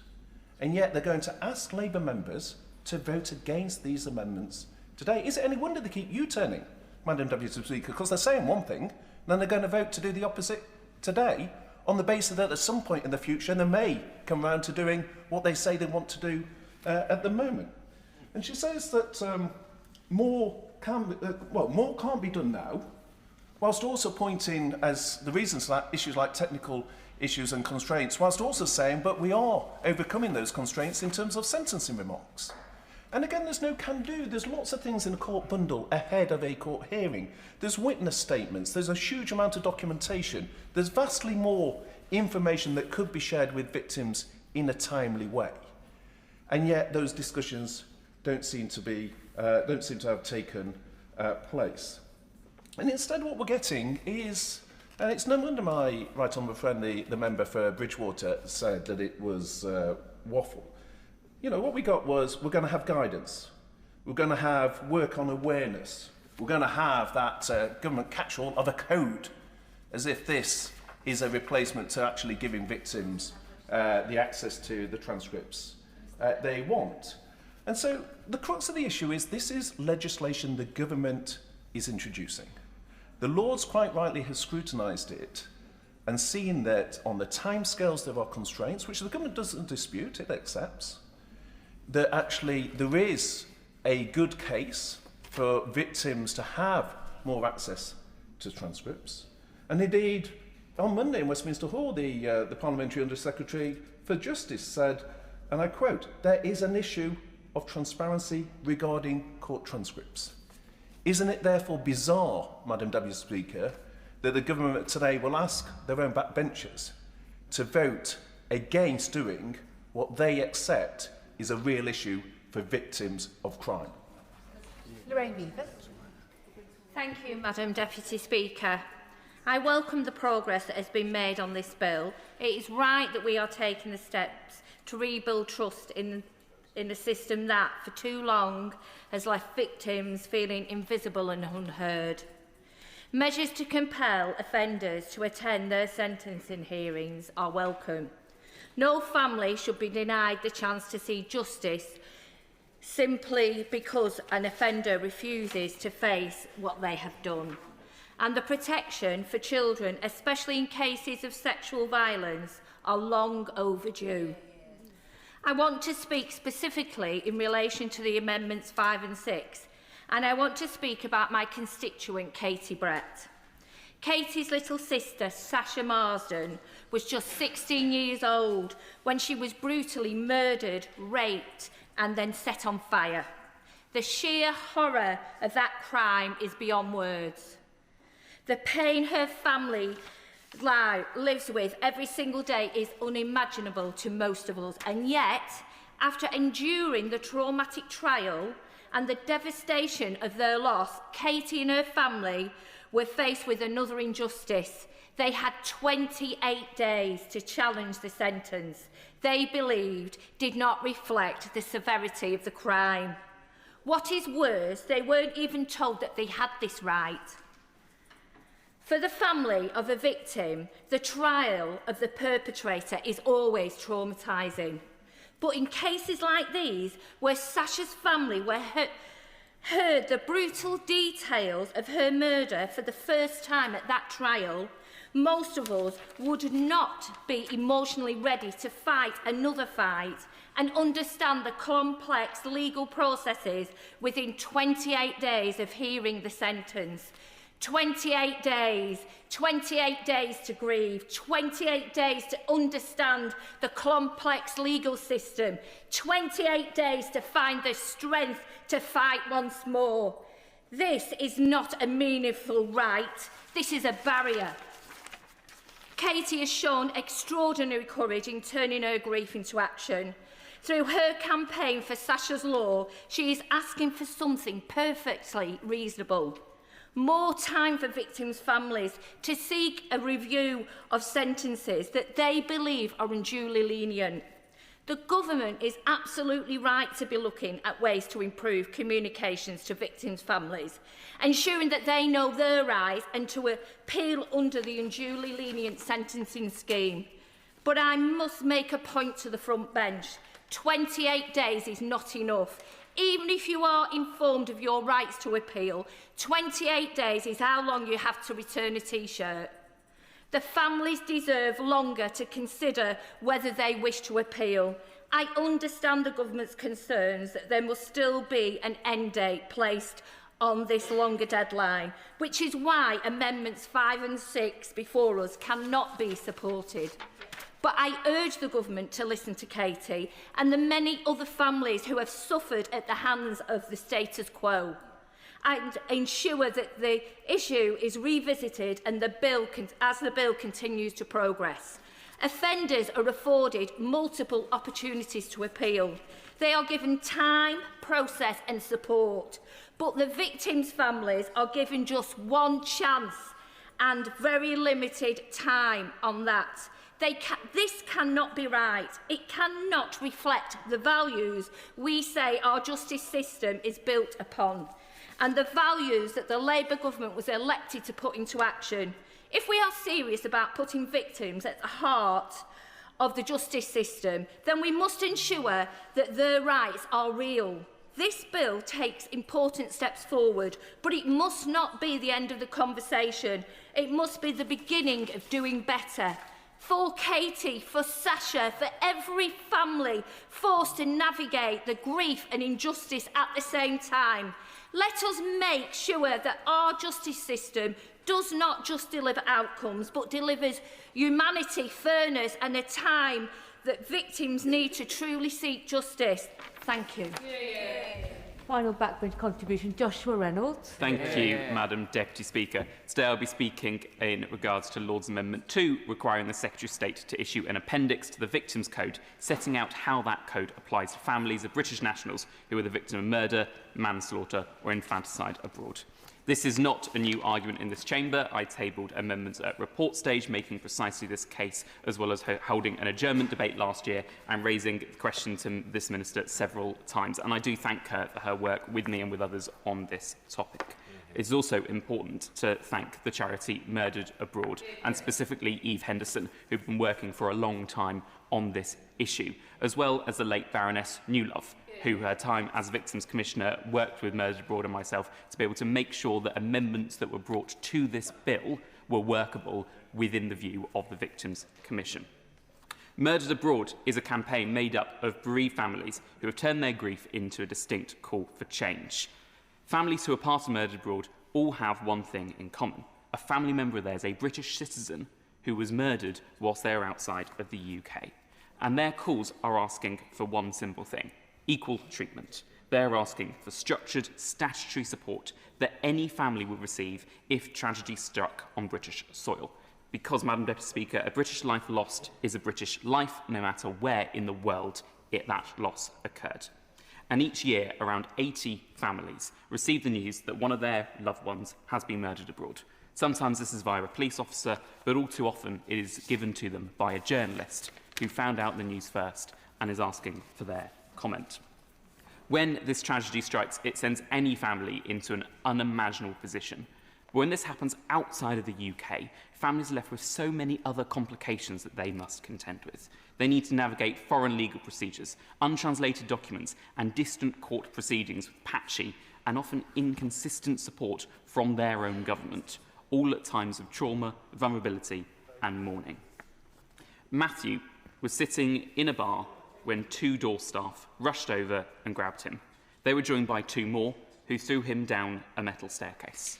At the bottom, witnesses saw them kicking and hitting him, and a UK post-mortem identified over 20 injuries on Matthew's body.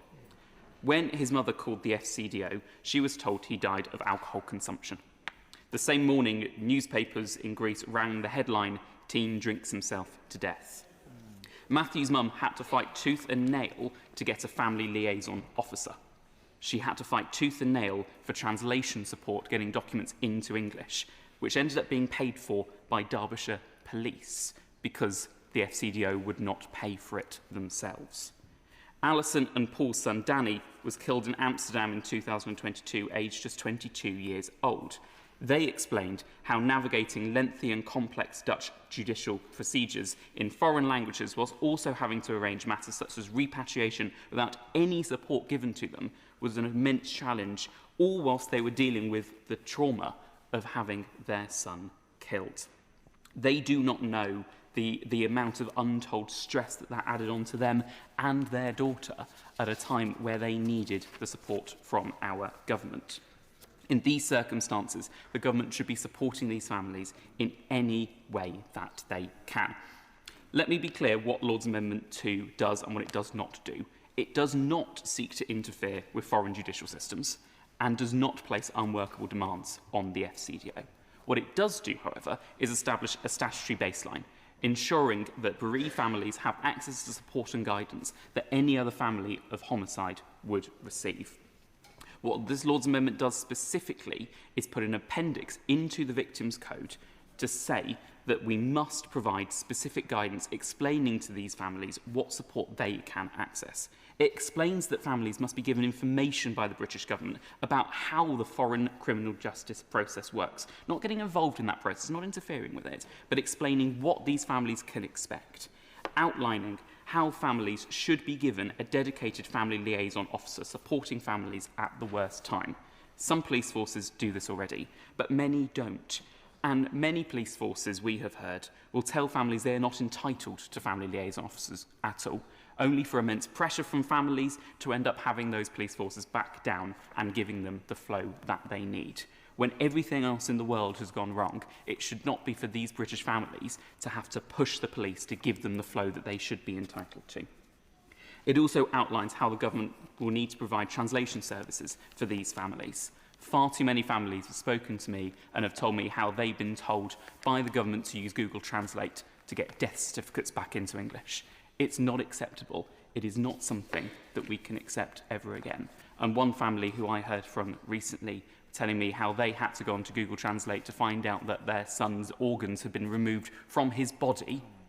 That was Google Translate telling them. That's not acceptable. That's not something we can accept. And the government need to go further to provide translation services for these families. Now, the government's position set out in a letter to members on the 23rd of March has said that this amendment would raise expectations that cannot be met and risk confusing the legislative framework. Madam Deputy Speaker, these arguments are remarkable when what we're talking about is an appendix to the Victims' Code laying out what support these families can expect from the British government. The suggestion that setting out in statute what support bereaved families can expect will somehow undermine the entire Victims' Code does not stand up to scrutiny. And that's not something that just that I'm saying or that we Liberal Democrats are saying, but it's something that the Victims' Commissioner must believe when the Victims' Commissioner was pleased to see that this amendment was voted on and succeeded by the Lords.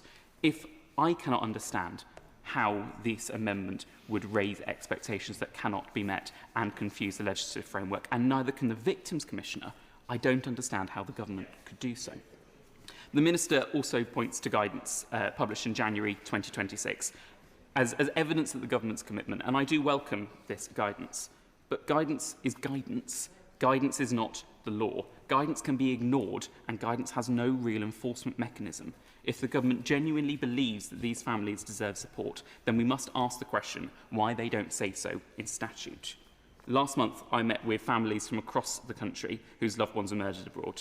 And among this group were families who lost loved ones this year after the guidance had come into force. That guidance hasn't protected them. They've fallen through exactly the same gaps that were in the system before this guidance and as are in place since this guidance. And that reason is clear. Guidance is not statutory. Guidance is a guide, it can be ignored, and too often is. What we need is a statutory appendix to the Victims' Code setting out what those victims, what support those victims will receive and how the Victims' Commissioner and their team can support it. It's a lack of consistency that we are seeing when families meet together and some families are given a flow and some families are told they cannot receive a flow. That is the problem that we are looking towards, because we must be able to do better than the position that we currently are doing. I would ask, Madam Deputy Speaker, one question of the Minister. I'd like to find out from the Minister about the transparency that comes through in the needs assessment carried out by the Victim Support Homicide Service. What criteria are used to decide on the family's needs following homicide abroad? Because that is something that neither the Victims Commission or Murdered Abroad charity members are able to find out what is in there, what results are coming through, what criteria are being used, and that's why families feel that this lack of consistency and accountability is coming out so often. Minister Davies-Jones. Madam Deputy Speaker, and I thank all honourable and right honourable members who have contributed to this debate today. To answer the questions of the honourable member for Maidenhead first, as he spoke last, and they are fresh in my mind, I will endeavour to get him that information that he asks for. He may not have seen or be aware of the new draft Victims Code that has been published and is out for consultation at the moment, but page 8 in black and white contains the provisions that will now apply to those who are bereaved due to homicide or manslaughter abroad. And we are building on this Victims Code through the consultation, and I look forward to hearing his views as the consultation is open until the 30th of April. But we are determined to do more, as I said, on translation as well, once the contract ends on the homicide service in 2027, so that we can support these victims and bereaved family members so they never have to go through some of the horrific examples that the honourable member cites. Can I thank and place on record my sincere gratitude to my friend, the Honourable Member for Blackpool North and Fleetwood, for her unwavering campaigning on behalf of her constituent, Katie Brett. I was very, very grateful to her for coming to the meeting that the Ministry of Justice convened with victims recently on the Unduly lenient sentencing scheme, so that we could hear directly from Katie and Tracy Hansen and others on what would be most beneficial in terms of legislative changes going forward. Not just that statutory duty to be notified and specify who would notify you, but on that time limit and how best it can be applied in circumstances like Katie's, so that Sasha's law can be properly looked at.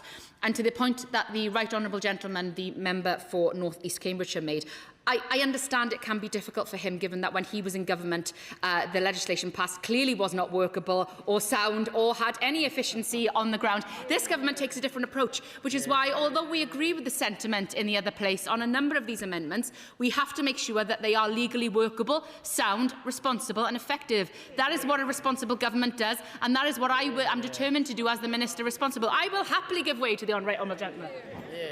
Was highlighting was just the inherent contradictions in her remarks. Even then, just summing up, she said we're going to go further in 2027. In her opening remarks, she said we can't go further because there's technical impediments. So the point is there's just inherent contradictions in the government's narrative. I'll try to break it down simpler for the right honourable gentleman, because clearly he's not listening. Patronising but truthful, given that what I'm saying is the government is determined to go further in the right way. We agree with the sentiments in the Lords. However, those amendments are not workable. They will not work in this legislation. Where practically possible, we will be bringing legislative changes forward. We will be working with right honourable members across this House to make sure this happens, but not in a way that would be a dereliction of duty and disrespectful to the victims for which this government represents. They are at the forefront of this legislation, and we need to make sure that the bill works in practice. I appreciate that he was part of a government that clearly did not do that. I'm also incredibly grateful to those who have supported the measures within this bill going forward, particularly the victims who have waited far too long for change. They want a justice system that treats them with dignity, keeps them informed and ensures that offenders are properly held to account.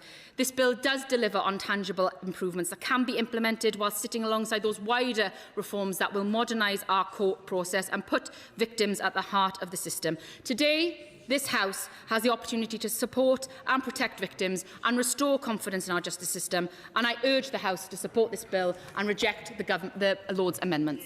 Yeah. The question is, Mr. Wood, if you're ready, I will continue, with your permission, obviously. The question is that this House disagrees with the Lords in their Amendment 1. As many of that opinion say aye. Aye. Of the contrary, no. No. No. Aye.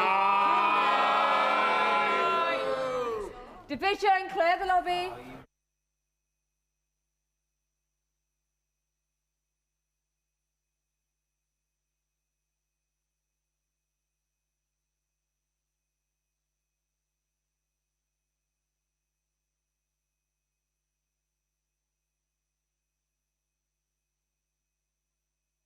On my feet, and they should be seated. The question is as on the order papers. Many of their opinions say aye. Aye. Of the contrary, no. No! That's better. Tenants for the ayes are Jade Bottrell and Gregor Poynton. Tenants for the noes are Gregor Stafford and David Reid.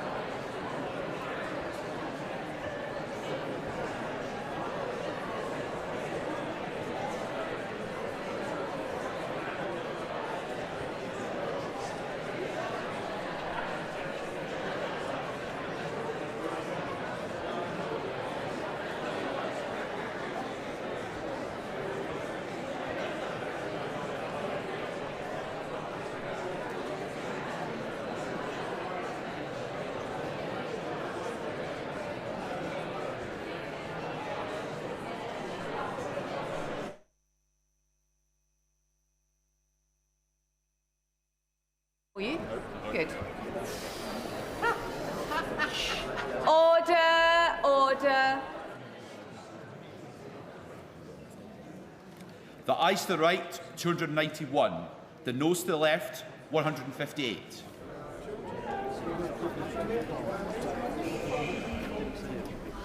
The ayes to the right, 291. The noes to the left, 158. So the ayes have it. The ayes have it. Unlock.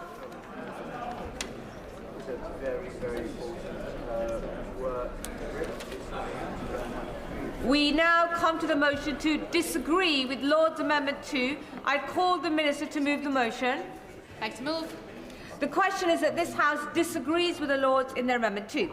As many of their opinion say aye. Aye. On the contrary, no. No. Petition, clear the lobby.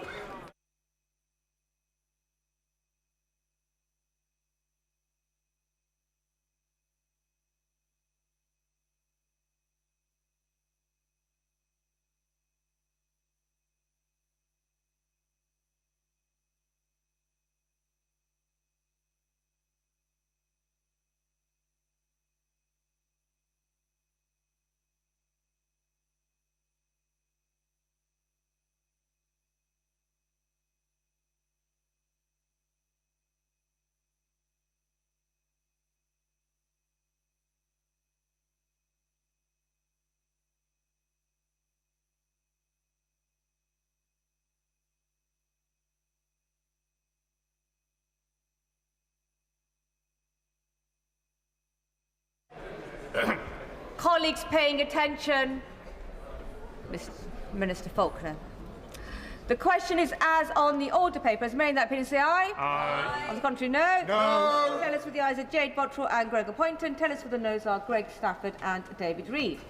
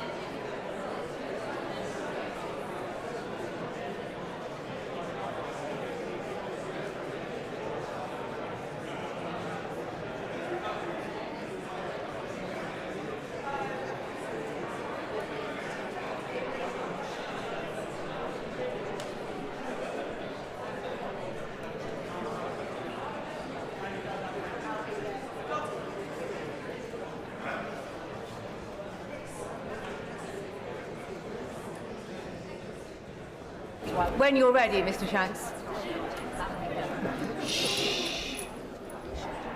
Order, order. The ayes to the right, 295. The noes to the left, 162.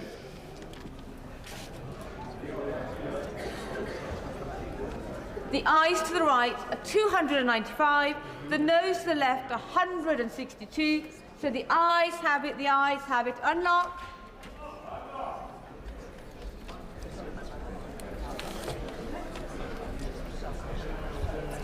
We now come to the motion to disagree with the Lord's Amendment 3. I call the Minister to move the motion. Beg to move.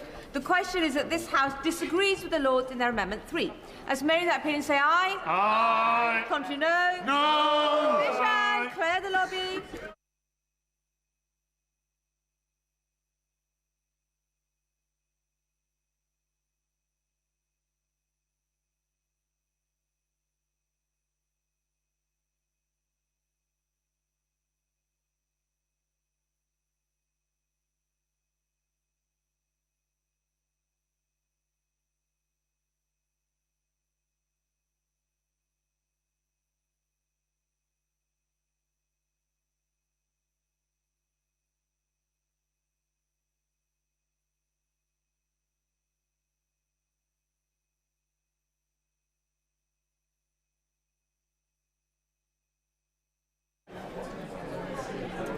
We did a change.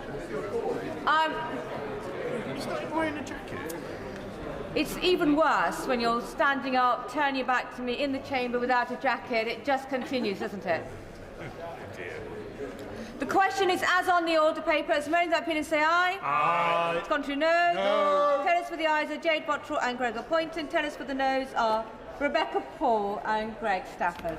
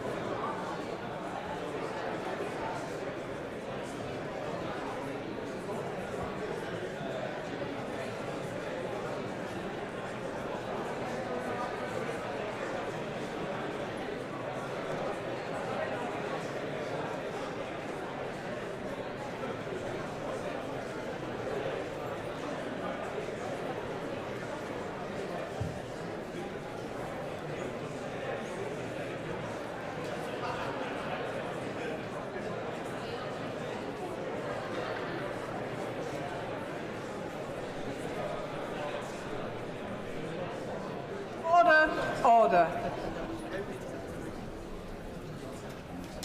The ayes to the right, 286. The noes to the left, 163.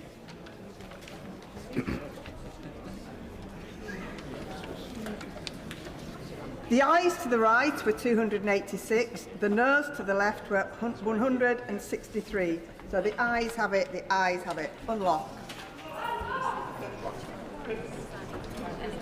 We now come to the motion to disagree with Lord's Amendment 4. I call the Minister to move the motion.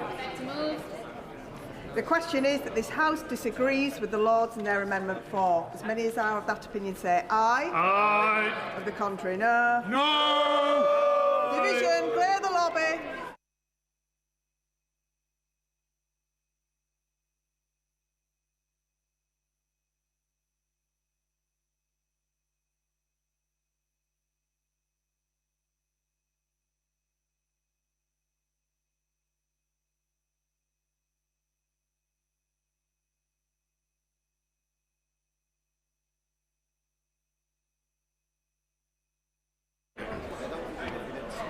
The question is as on the order paper. As many as are of that opinion say aye. Aye. For the contrary, no. No. Tell us for the ayes, Gregor Point and Jade Botterill. Tell us for the noes, Harriet Cross, Rebecca Paul.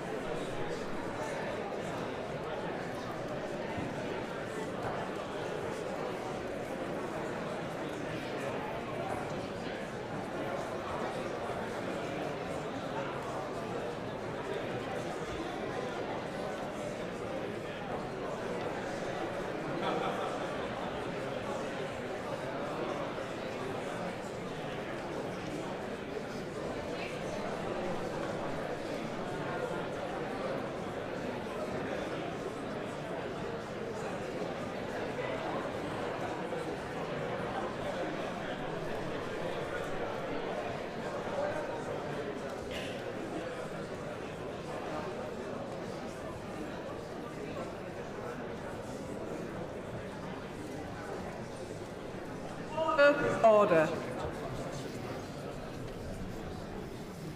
The ayes to the right, 300. The noes to the left, 149.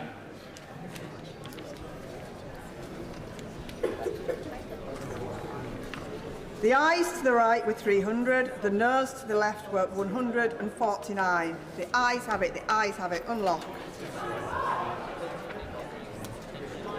We now come to the motion to disagree with Lord's Amendment 5.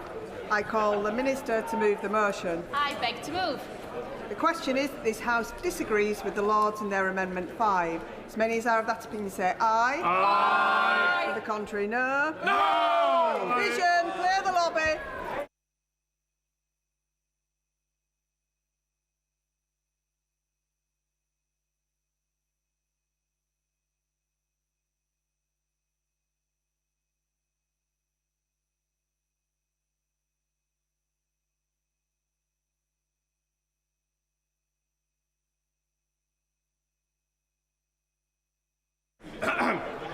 The question is as on the order paper. As many as are of that opinion say aye. Aye.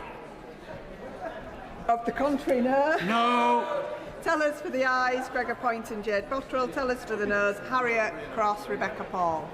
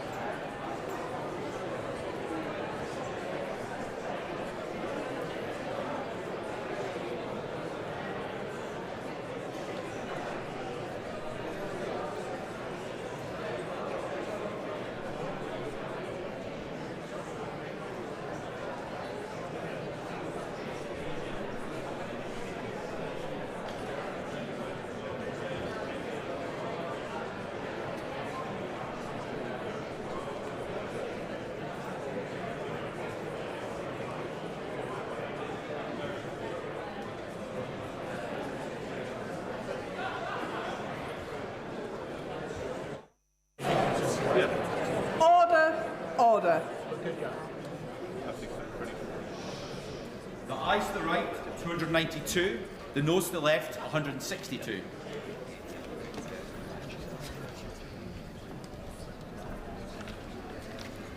The ayes to the right were 292, the noes to the left were 162. So the ayes have it, the ayes have it. Unlock.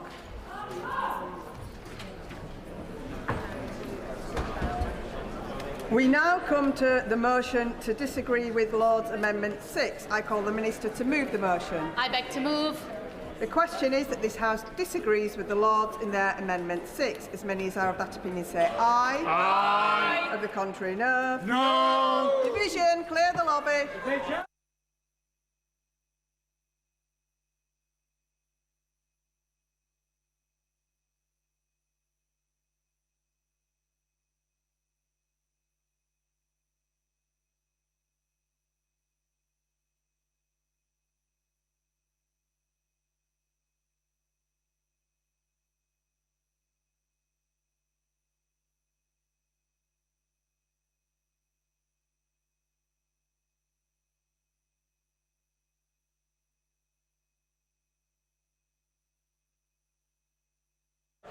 The question is, as on the order paper, as many as are of that opinion say aye. Aye. Of the contrary, no. No. Tellers for the ayes, Gregor Poynton, Jade Botterill. Tellers for the noes, David Reid, Harriet Cross.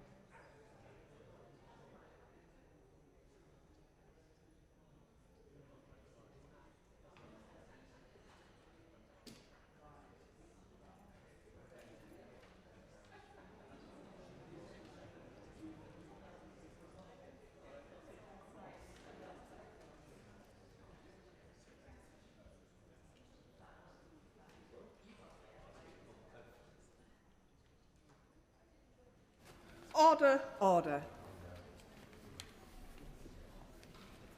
The ayes to the right, 290. The noes to the left, 163.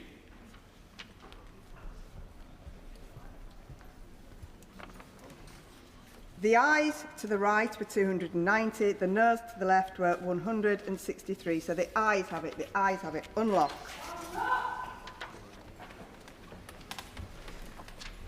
We now come to the motion to disagree with the Lords Amendment 7. I call the Minister to move the motion. I beg to move.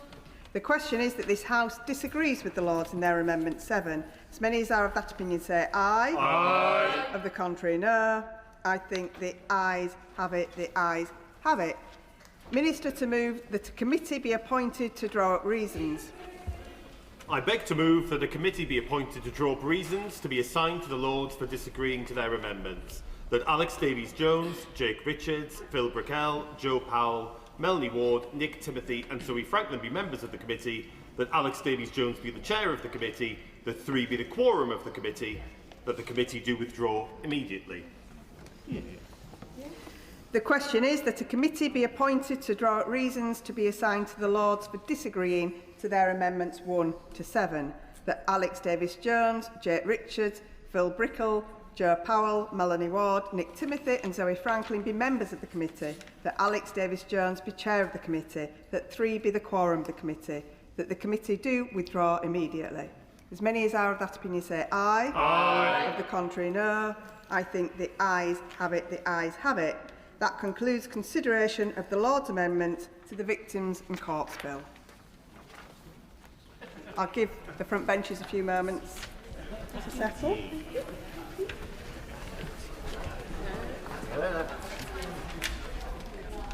We now come to the presentation of public petitions. Petition, Mr Lee Dillon.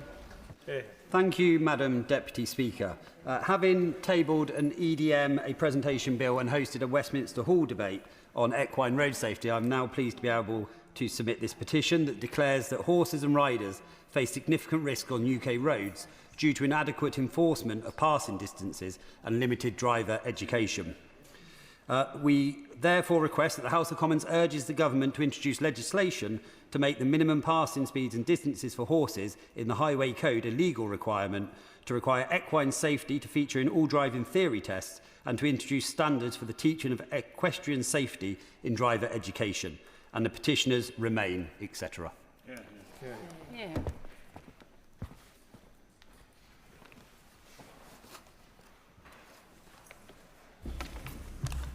Road safety of horses and others.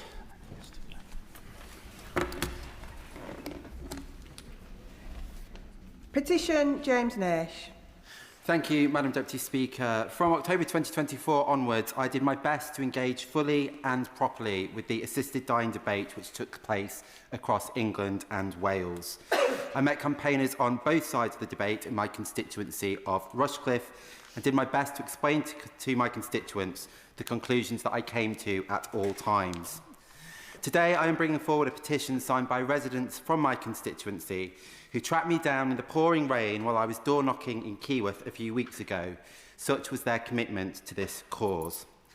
They wanted me to know that while they respect the need for the scrutiny of the Terminally Ill Adults End of Life Bill, they are concerned that the bill will not become law because the parliamentary session is likely to end in the coming weeks before the bill has returned to this chamber. They do not want to return to second and third reading debates in future, and like many ordinary people who would like to see the law change, all laws change, from this place, they are finding the processes opaque and slow.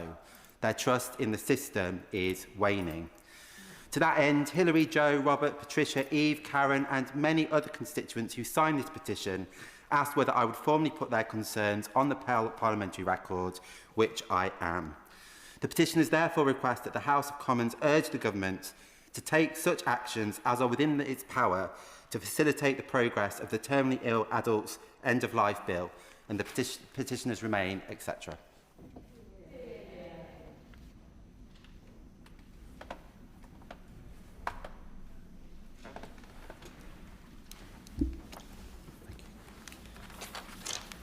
Petition, Terminally Ill Adults End of Life Bill.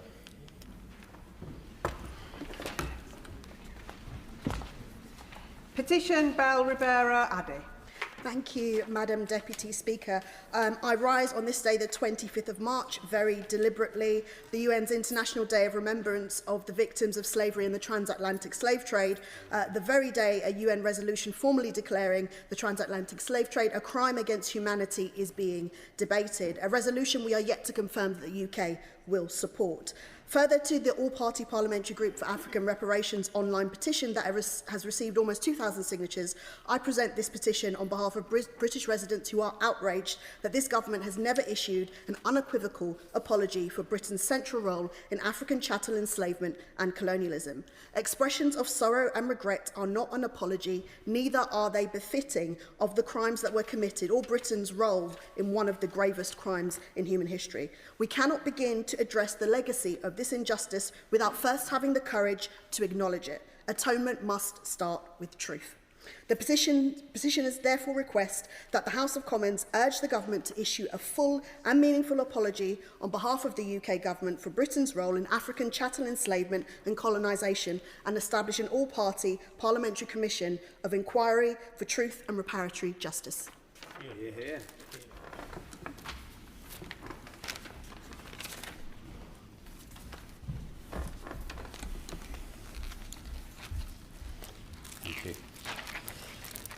Petition Britain's role in African chattel enslavement and colonialism. Petition Ollie Glover. Thank you, Madam Deputy Speaker. I wish to present a petition signed by 65 residents of Derwent Avenue, Thurnview and Eden Court in Didcot relating to years of flooding on their streets and the perennial risk of flooding to their properties. I hope that Thames Water and the government will take note. The petitioners therefore request that the House of Commons urges the government to ensure that Thames Water confirms that all possible measures will be put in place to mitigate against future sewage flood events from manhole 2201. And the petitioners remain, etc. Yeah. Excellent. Yeah. 2201.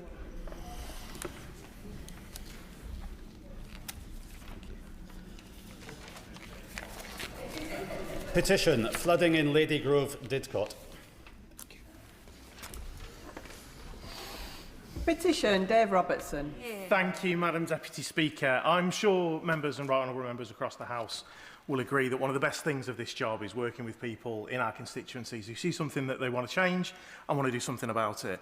I hold in my hands a wonderful example of 256 my residents who want to do exactly that for Walsall Road in Lichfield. The petitioners request that the House of Commons urge the government to encourage Staffordshire County Council to place a 7.5-tonne weight limit upon the section of Walsall Road between its southerly junction with Limburg Avenue and its northern junction with Friary Road, and on that ongoing section of Friary Road to its junction with the Bowling Green roundabout. And the petitioners remain, etc.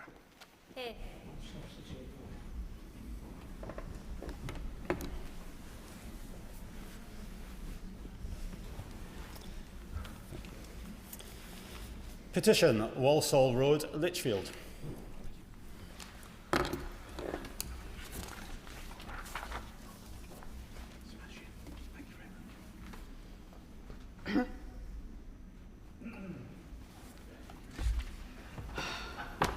I beg to move that this House to now adjourn.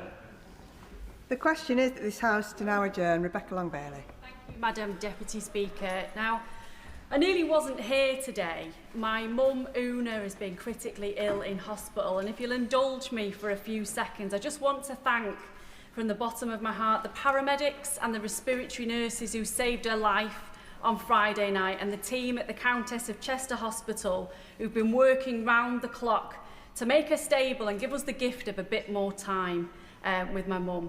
Now, she's doing really well now, she's stable, she's watching this debate on the laptop, my husband's managed to get it set up for her, and she told me herself last night that I'd better get down here and do this debate or else. Because, like most of the public, she's deeply angry about this issue, and she's right to be angry. It's one of the biggest scandals of our generation. Decades of suffering, unimaginable loss, and ultimately injustice inflicted upon our own servicemen, their families and the communities affected by Britain's nuclear testing programme. And I want to expressly thank the Right Honourable Member for South Holland and the Deepings for his years of work and support on this issue. He's done far more than most. Lord Watson of Wyre Forest for his relentless work in the other place, the Honourable Member for South Shields and so many other supportive members who are here today.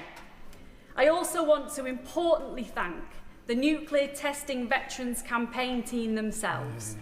Alan Owen and Lab Rats, John Morris and his lovely family, Steve Pearce and his mum, and most of all, journalist Susie Boniface, who's been relentless in her search for truth and justice.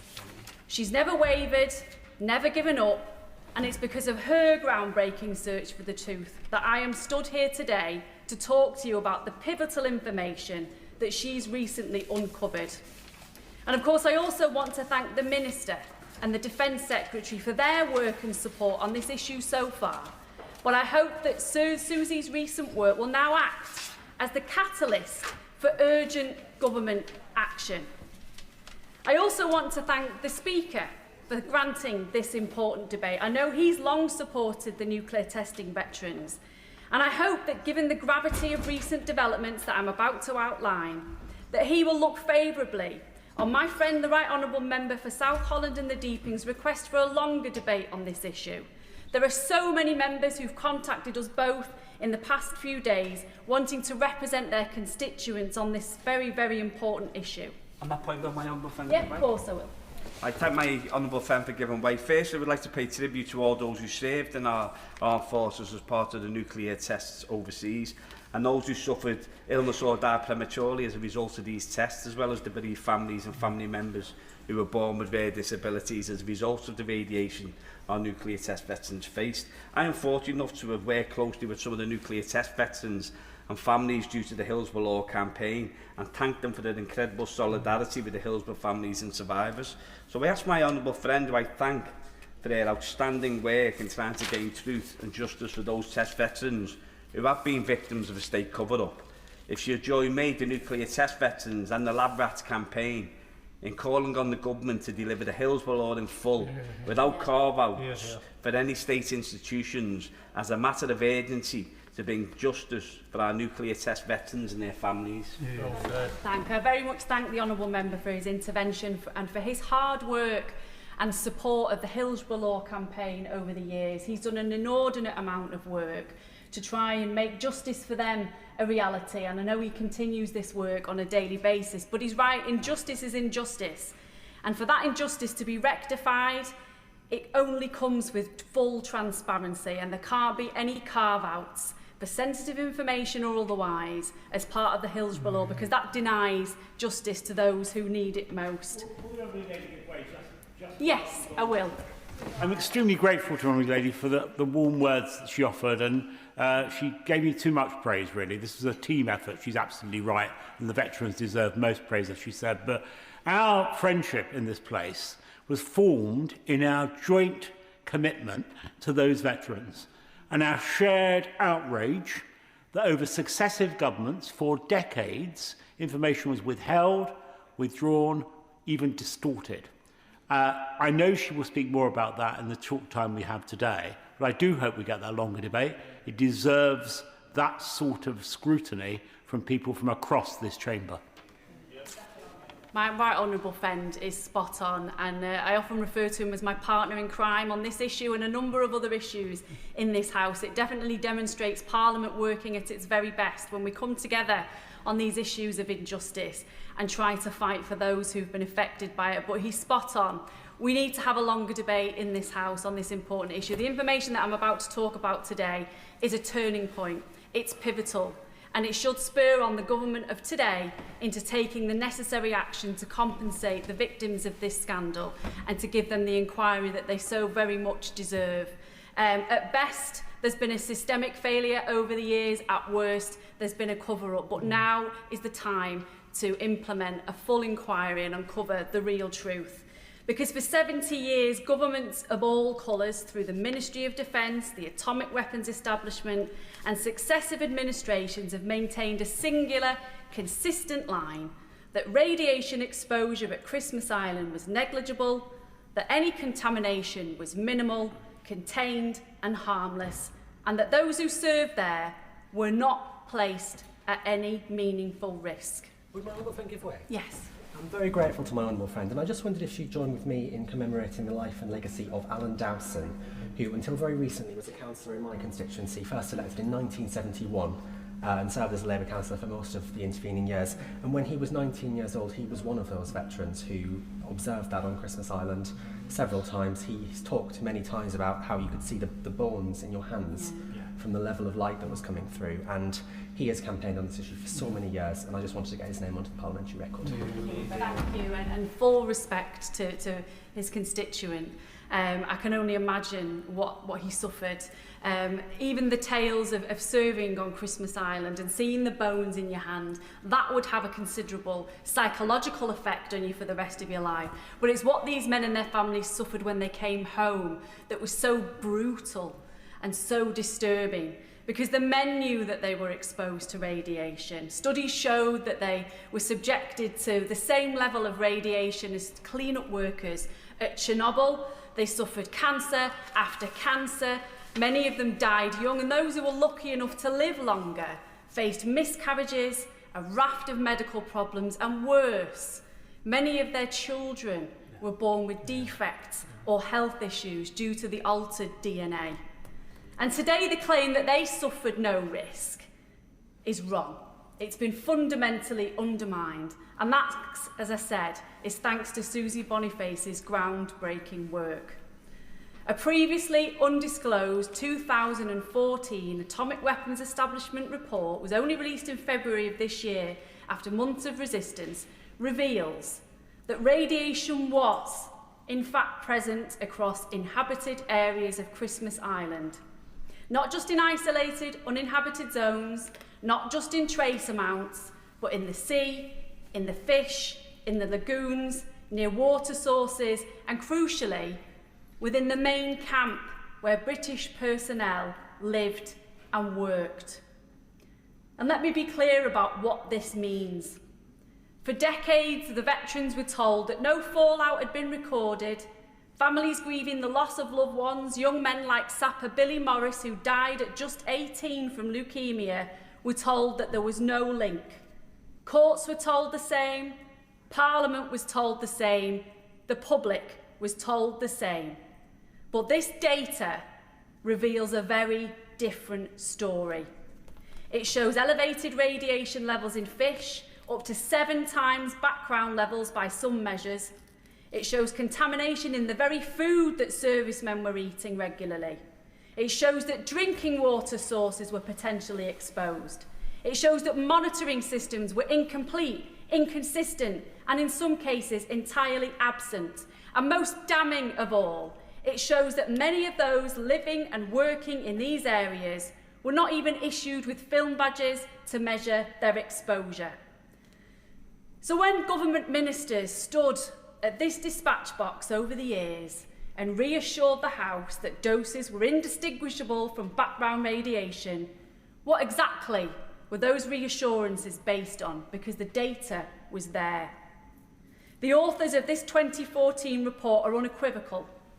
The earlier reports from 1990 and 1993, the very documents relied upon in court cases and pension claims, were incomplete and inaccurate. Incomplete and inaccurate, but yet they were used as the very foundation for denying these men and their family justice. Now, Madam Deputy Speaker, this isn't just a technical discrepancy.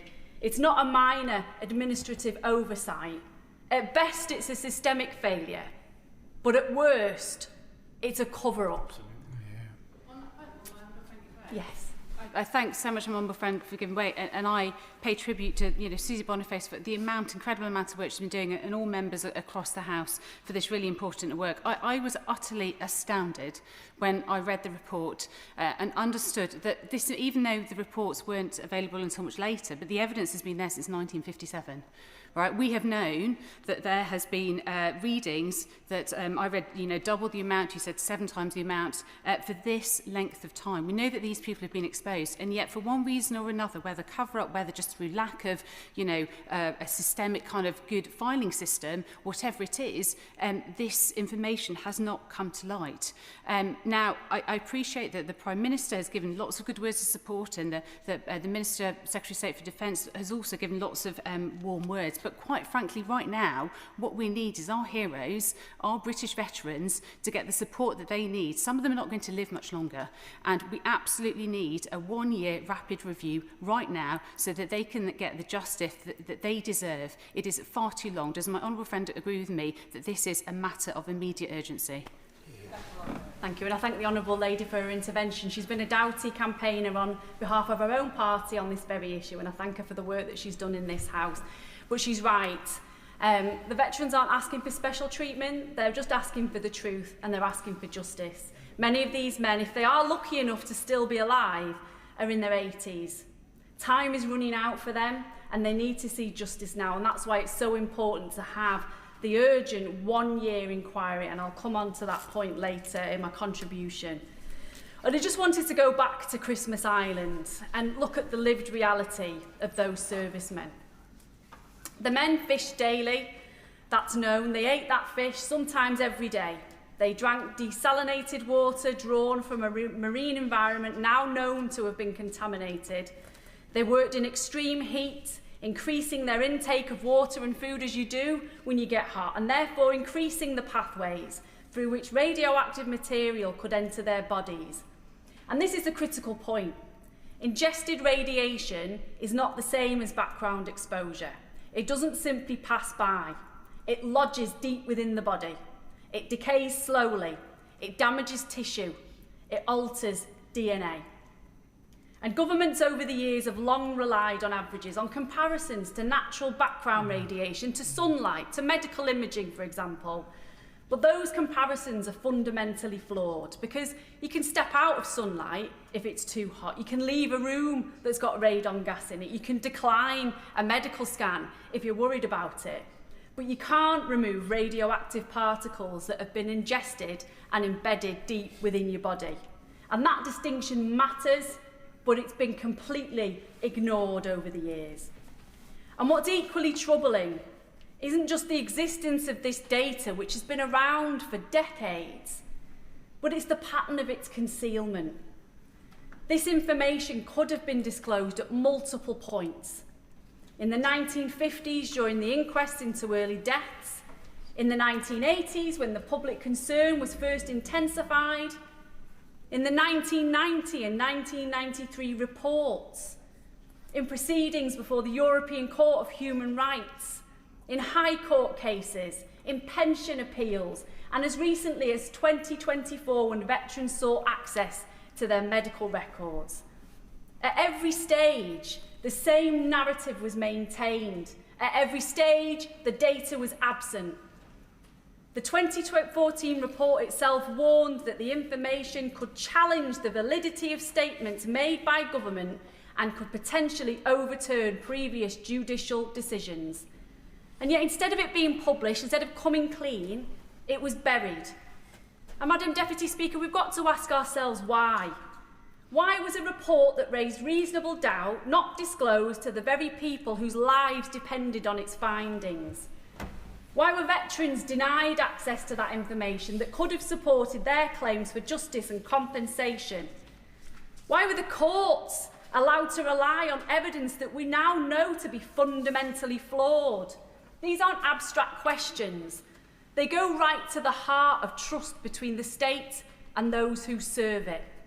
Because men and women in uniform are sent to carry out dangerous duties. They do so on the understanding that their government will act with honesty, with transparency and with integrity. But that trust has been broken. And now we've got a duty, not just a moral duty, but a political and a legal duty to put this right. So let me be clear about what the government must do next.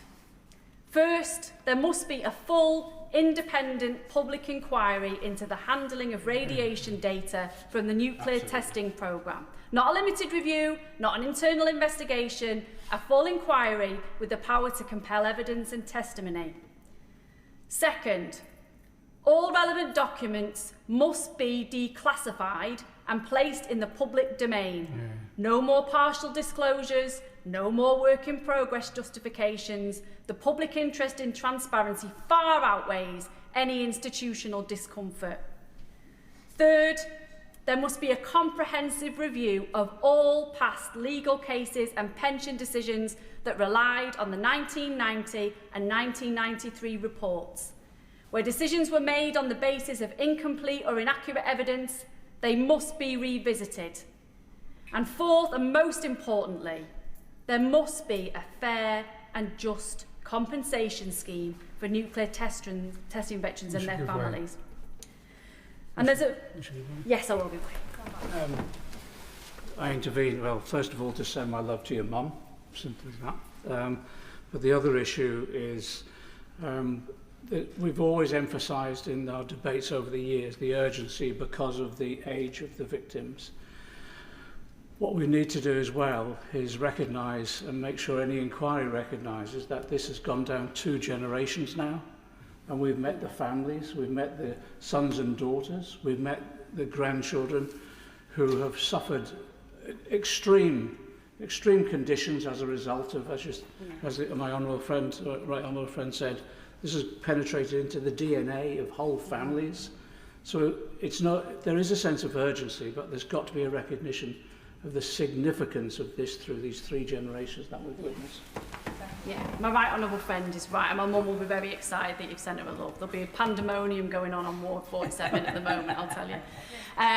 But my honourable friend is right, and there are certainly the urgent issues that the government must consider today, but beyond today, and beyond issuing an urgent and fast compensation scheme and a 1-year inquiry on the other points that I've referenced, I think there also needs to be a wider research project into the impact of the radiation on descendants and the support that's needed for them from governments over the years, because they've been completely neglected so far. But we know from our constituency surgeries the effects that have been felt right within families, and it's quite upsetting and harrowing sometimes to hear those stories and the fact that they receive very little government recognition for what they've suffered. Yes. I know about this case, obviously, and it's a terrible history going back a number of years of cancers and other illnesses caused by this exposure. I wonder if the Honourable Member would forgive me for asking to raise a similar but a more contemporary situation affecting aircrew on military helicopters who are getting blood cancer. I've been struggling with getting data from the MOD on numbers of cases and testing of helicopter emissions. And we want to raise awareness for others flying those helicopters now, particularly the Sea King, because blood cancers, particularly myeloma, do seem to be arising in young people when that's normally not the case at all. And to encourage those people to seek testing for unusual symptoms like blood clots and request that the MOD dig deeper for that data. My honourable friend raises another very important issue, and it goes to the heart of the point of today's debate, really, is that the government needs to be in a good place on this. Acknowledge that mistakes were made historically, but restore faith to all servicemen and women who put their lives at risk on a daily basis to keep us safe, that where it's found that their lives are put at risk by the actions of their government themselves, that will be made right, and they will get the support and the care that they deserve. And hopefully that will be at the heart of the Minister's response today. But finally, there's a number of very brief questions that I'd also like the Minister to answer today in relation to the 2014 report. Firstly, on what date did the Atomic Weapons Establishment tell the Ministry of Defence of this report's existence? Was the document ever produced to any judge? What steps are the government now taking to inform the judges and courts concerned and to inform war pensions in the future? In the past 6 months, what impact has